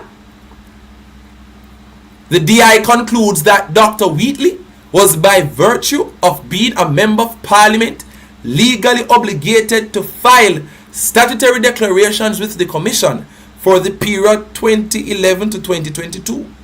The DI concludes that Dr. Wheatley acquired or owned assets disproportionate to his lawful earnings, like Mr. Holness, relevant period 2013 to 2022, in the amount of approximately $164 million.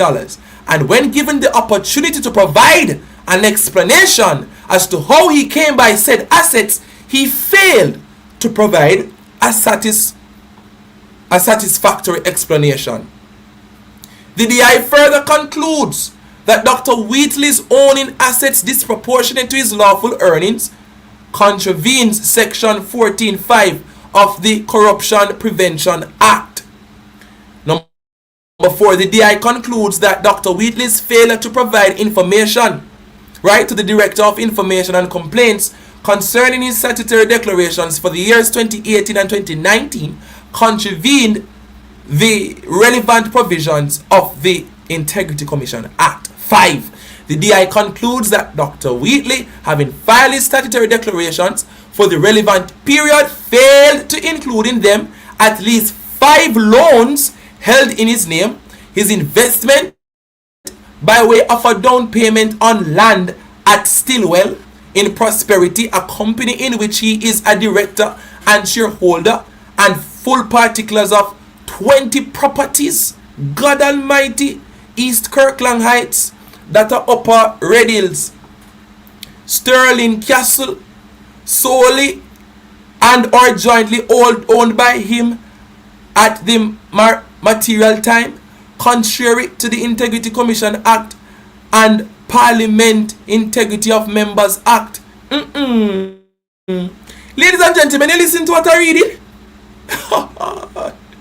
Lord of mercy. Oi. No man, Mr. Wheatley, are you on Red Hills? What up? No? My God. Huh? Now, here the Director of Corruption Prosecutor recommendations now. I think we should really, Lord have mercy on my soul. Help me, Lord. I feel weak sometimes when I hear the corruption. Oh, Lord.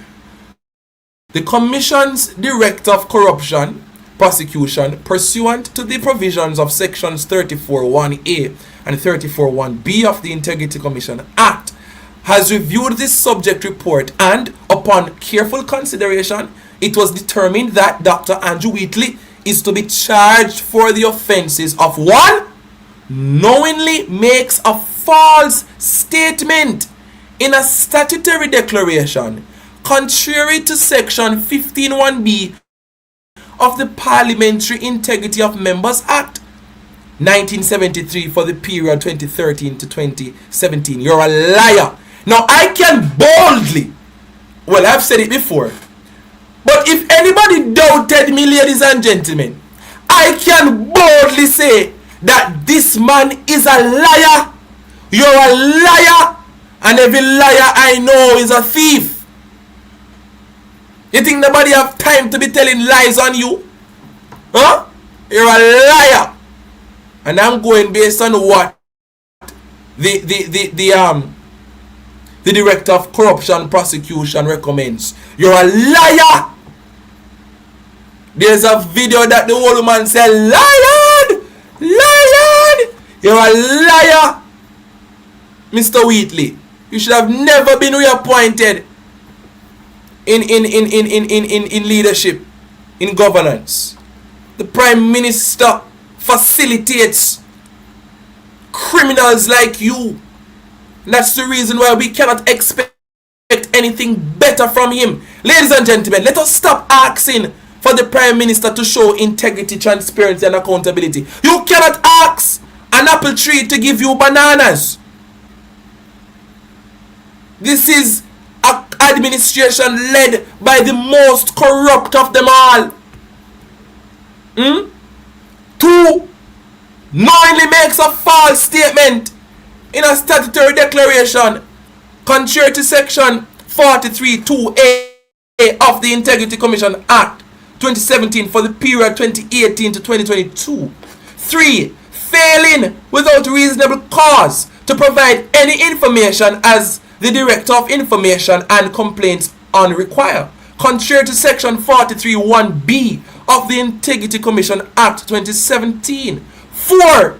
For illicit enrichment, contrary to section 14(5) of the Corruption Prevention Act 2001. Ladies and gentlemen, I remember the Rastaman from the People's National Party who stood on a political platform that was branded in beautiful orange colors, and he told the entire Jamaica that one by one them go into jail. One by uno go into jail. One by uno go into one by.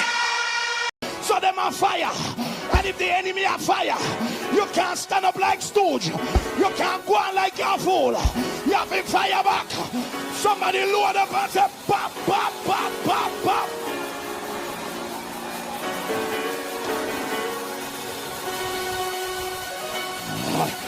Lord God, badam, bam, bam, bam. Jesus Christ, what is what? Pop, pop, pop, pop. Jesus Christ, war tonight, Bishop. Warfare tonight. Warfare. Badam, bam, bam, bam. Boom, boom.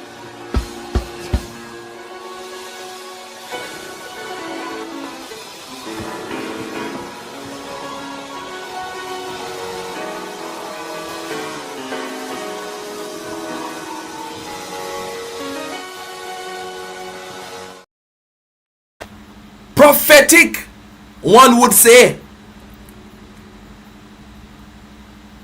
Mr. Wheatley had to resign, from the Andrew Holness-led cabinet in July 2018 amid the public outrage and investigations by the Auditor General's Department and the major organized crime and anti-corruption agency MOCA.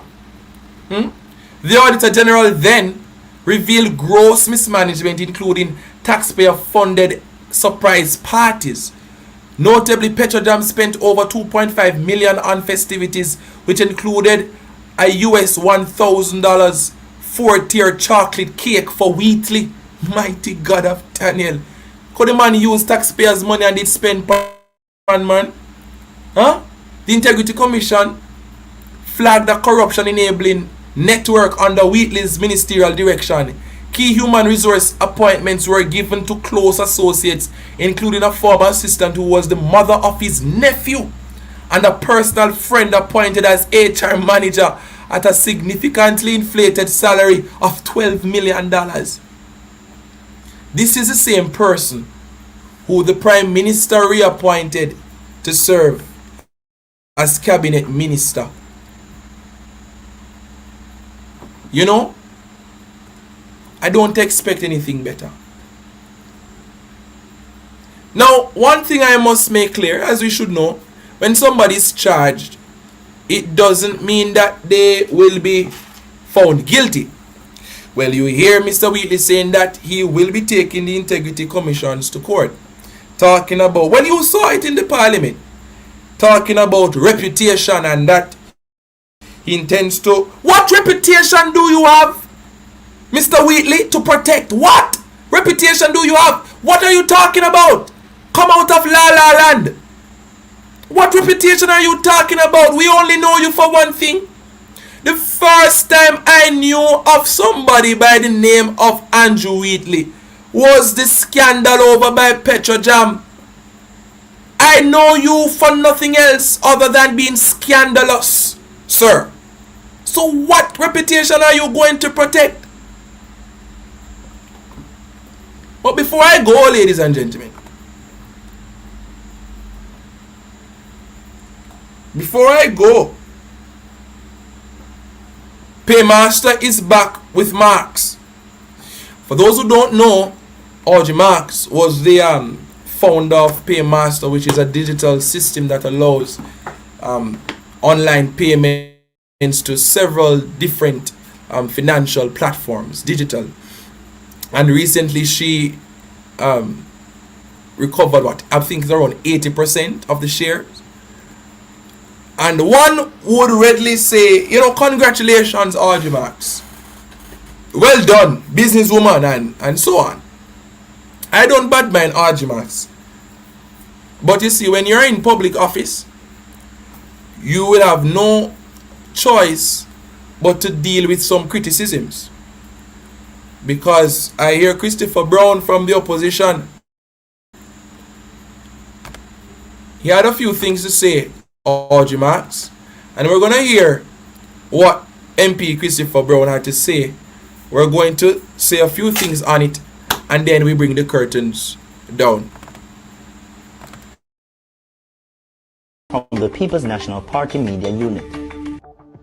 The recent reacquisition of a controlling ownership interest in Paymaster by Minister Audrey Marks raises legitimate questions regarding the management of potential conflicts of interest and the safeguards required to maintain public confidence in government decision-making. Minister Marks holds cabinet responsibility for efficiency, innovation, and digital transformation, a portfolio that directly shapes policy affecting Jamaica's digital services, payment systems, and wider fintech ecosystem. Paymaster operates within that same space, providing payment and digital transaction services across the economy. In addition, Paymaster's operations intersect with a broader digital and telecommunications environment in which regulated service providers interact. This further underscores the need for clarity and transparency regarding how any potential conflicts are being managed. It is in this context, therefore, that the public is entitled to clarity on the following. Firstly, whether the minister has made application to and received approval or exemption through the Parliamentary Ethics Committee in relation to her ownership interest in Paymaster while serving in the Cabinet. Whether the required disclosures have been submitted and considered in accordance with established parliamentary procedures governing members with business interests. What formal recusal and conflict management arrangements have been established to ensure that the minister takes no part in cabinet or policy decisions that could directly or indirectly affect Paymaster or its competitive environment. What safeguards exist to ensure that government policy on digital transformation, digital payments, fintech, and related services is insulated from any actual or perceived private interests? For a cabinet minister to hold ownership in a company operating within a sector directly connected to her ministerial responsibilities inevitably raises questions that must be transparently addressed. The issue is not whether any wrongdoing has occurred. The issue is whether sufficient safeguards are in place to prevent actual, potential, or perceived conflict of interest arising from this overlap. Clarity in this matter is not optional. It is essential. Visit our website at pnp.org.jm or check us out on Facebook at Jamaica PNP.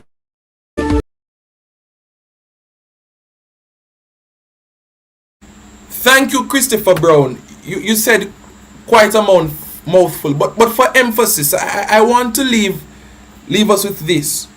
The truth is, ladies and gentlemen, with the recent reacquisition of a controlling ownership interest in Paymaster by Minister Audrey Marks, it indeed raises some legitimate questions regarding the management of potential conflict of interest and the safeguards required to maintain public confidence in government decision making.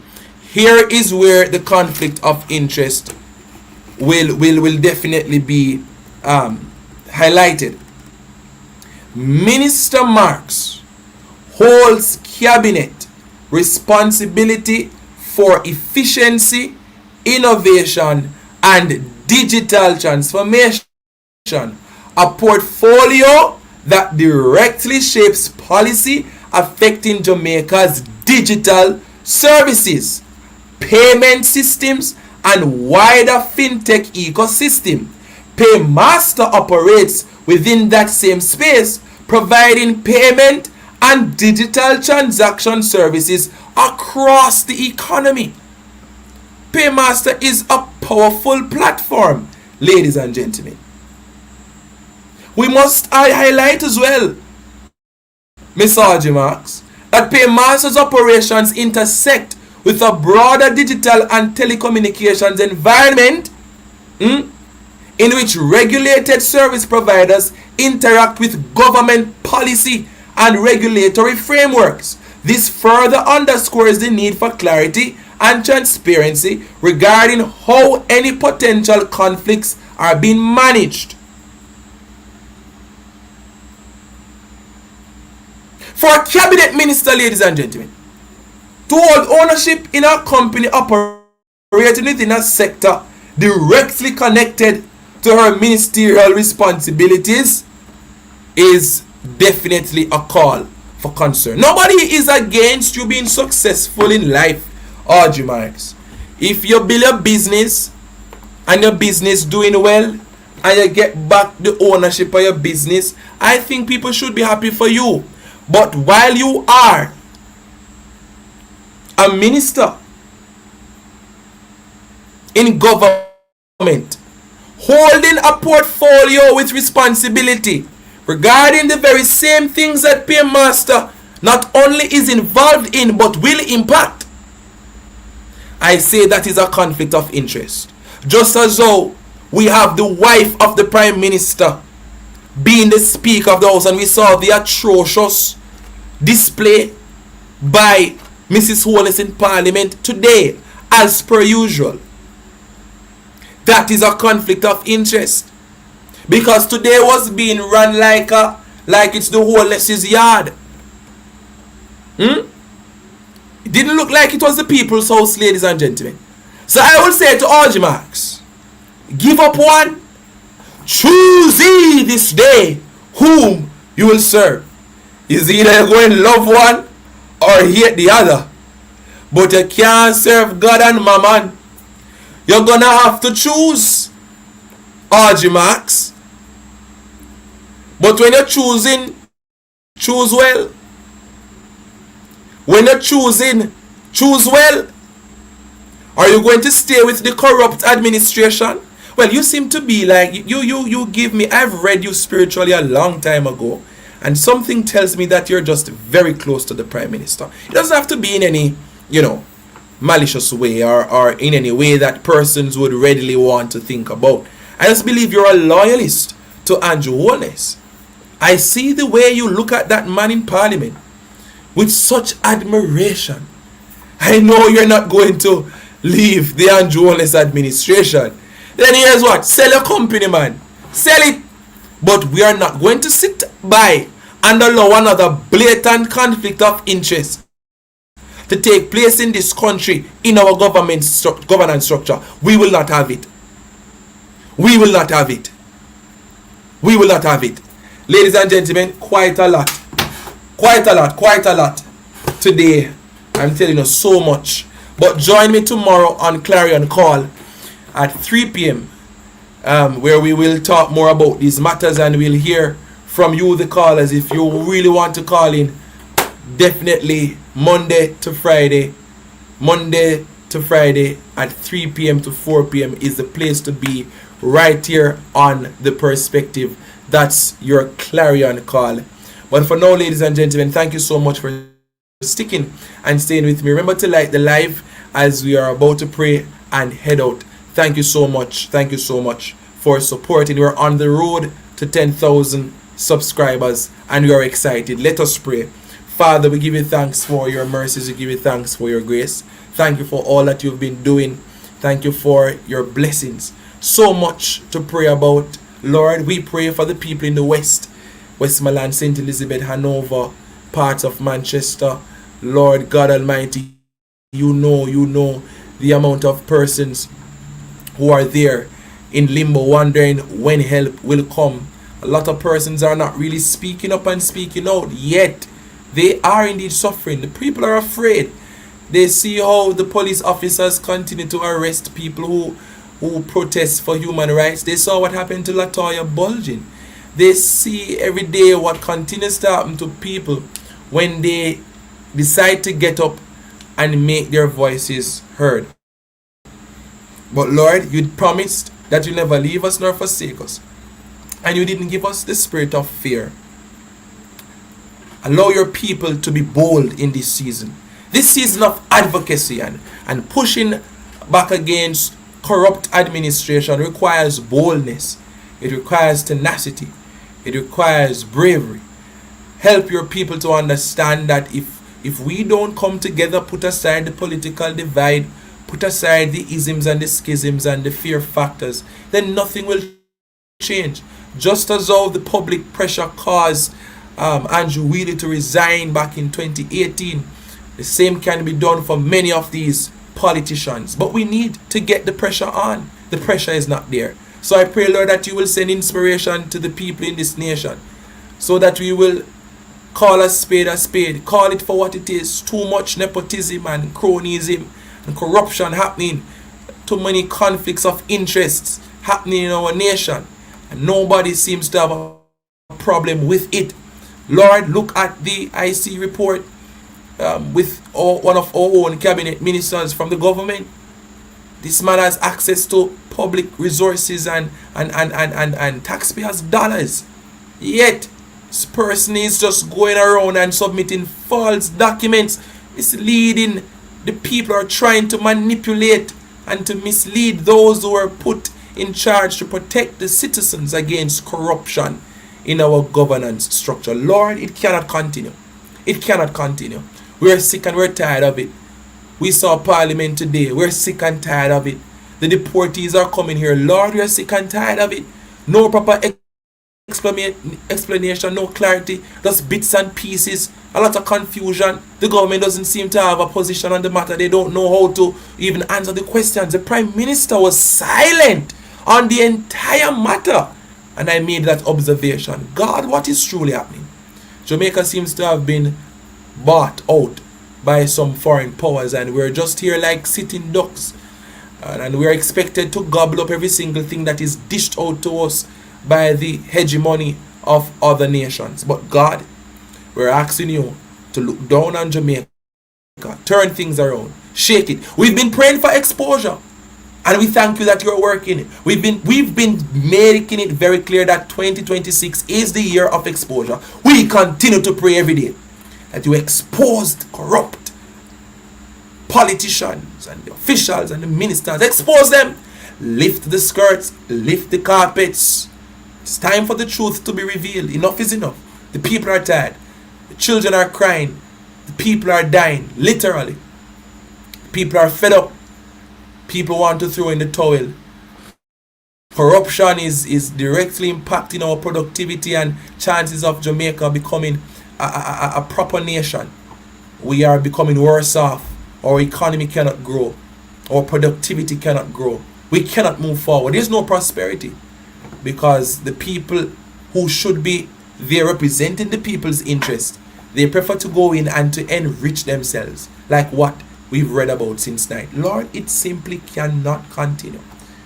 Lord, let your sword of judgment sweep across this nation, cut and clear through this island, cut and clear through every community, every parish. Mighty God, visit some of these politicians in a dream. Speak to them. Those who need a rude awakening, awake them from their slumber of corruption.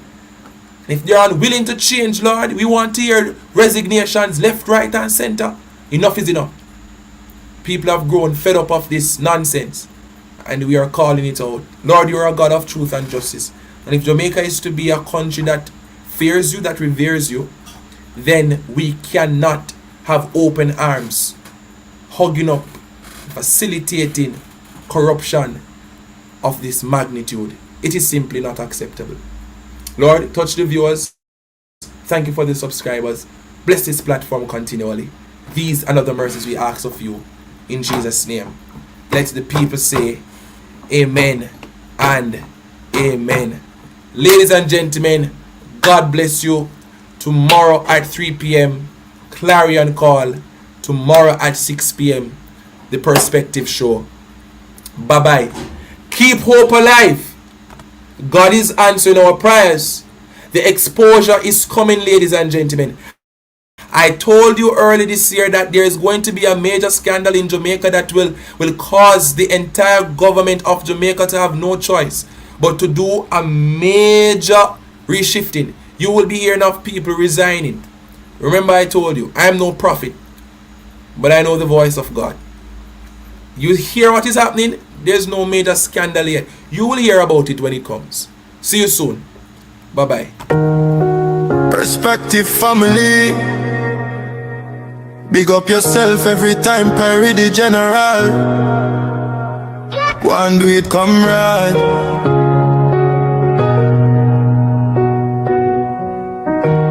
The word is love.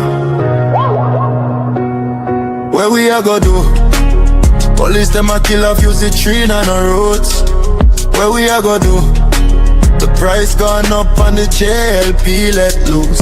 Where we are go do? Times are hard and politicians don't have a clue. Where we are go do? Where we are go do? Aye, time for trust and keep the faith to help us win this race. Poor people now no food, all them see a empty plate. And the rich them getting richer, them fi burn up in the lake. Promises they make, but enough of them are fake. But black love divide, put politics aside. A time for we unite, a time for do the right. We have to start by speaking truth and not the lie. Perry set the trend, we have to unite. Pressure it a boil, farmers them a toil. And all our work them no see nothing at all. We can't segregate, we can't separate. Put aside the war, time for love not hate. Pressure it a boil, farmers them a toil. And all our work them no see nothing at all. We can't segregate, we can't separate. Put aside the war, time for love not hate.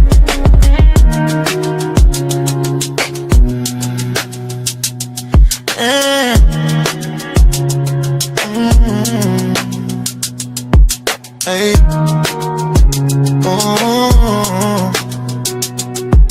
Wait, Wait.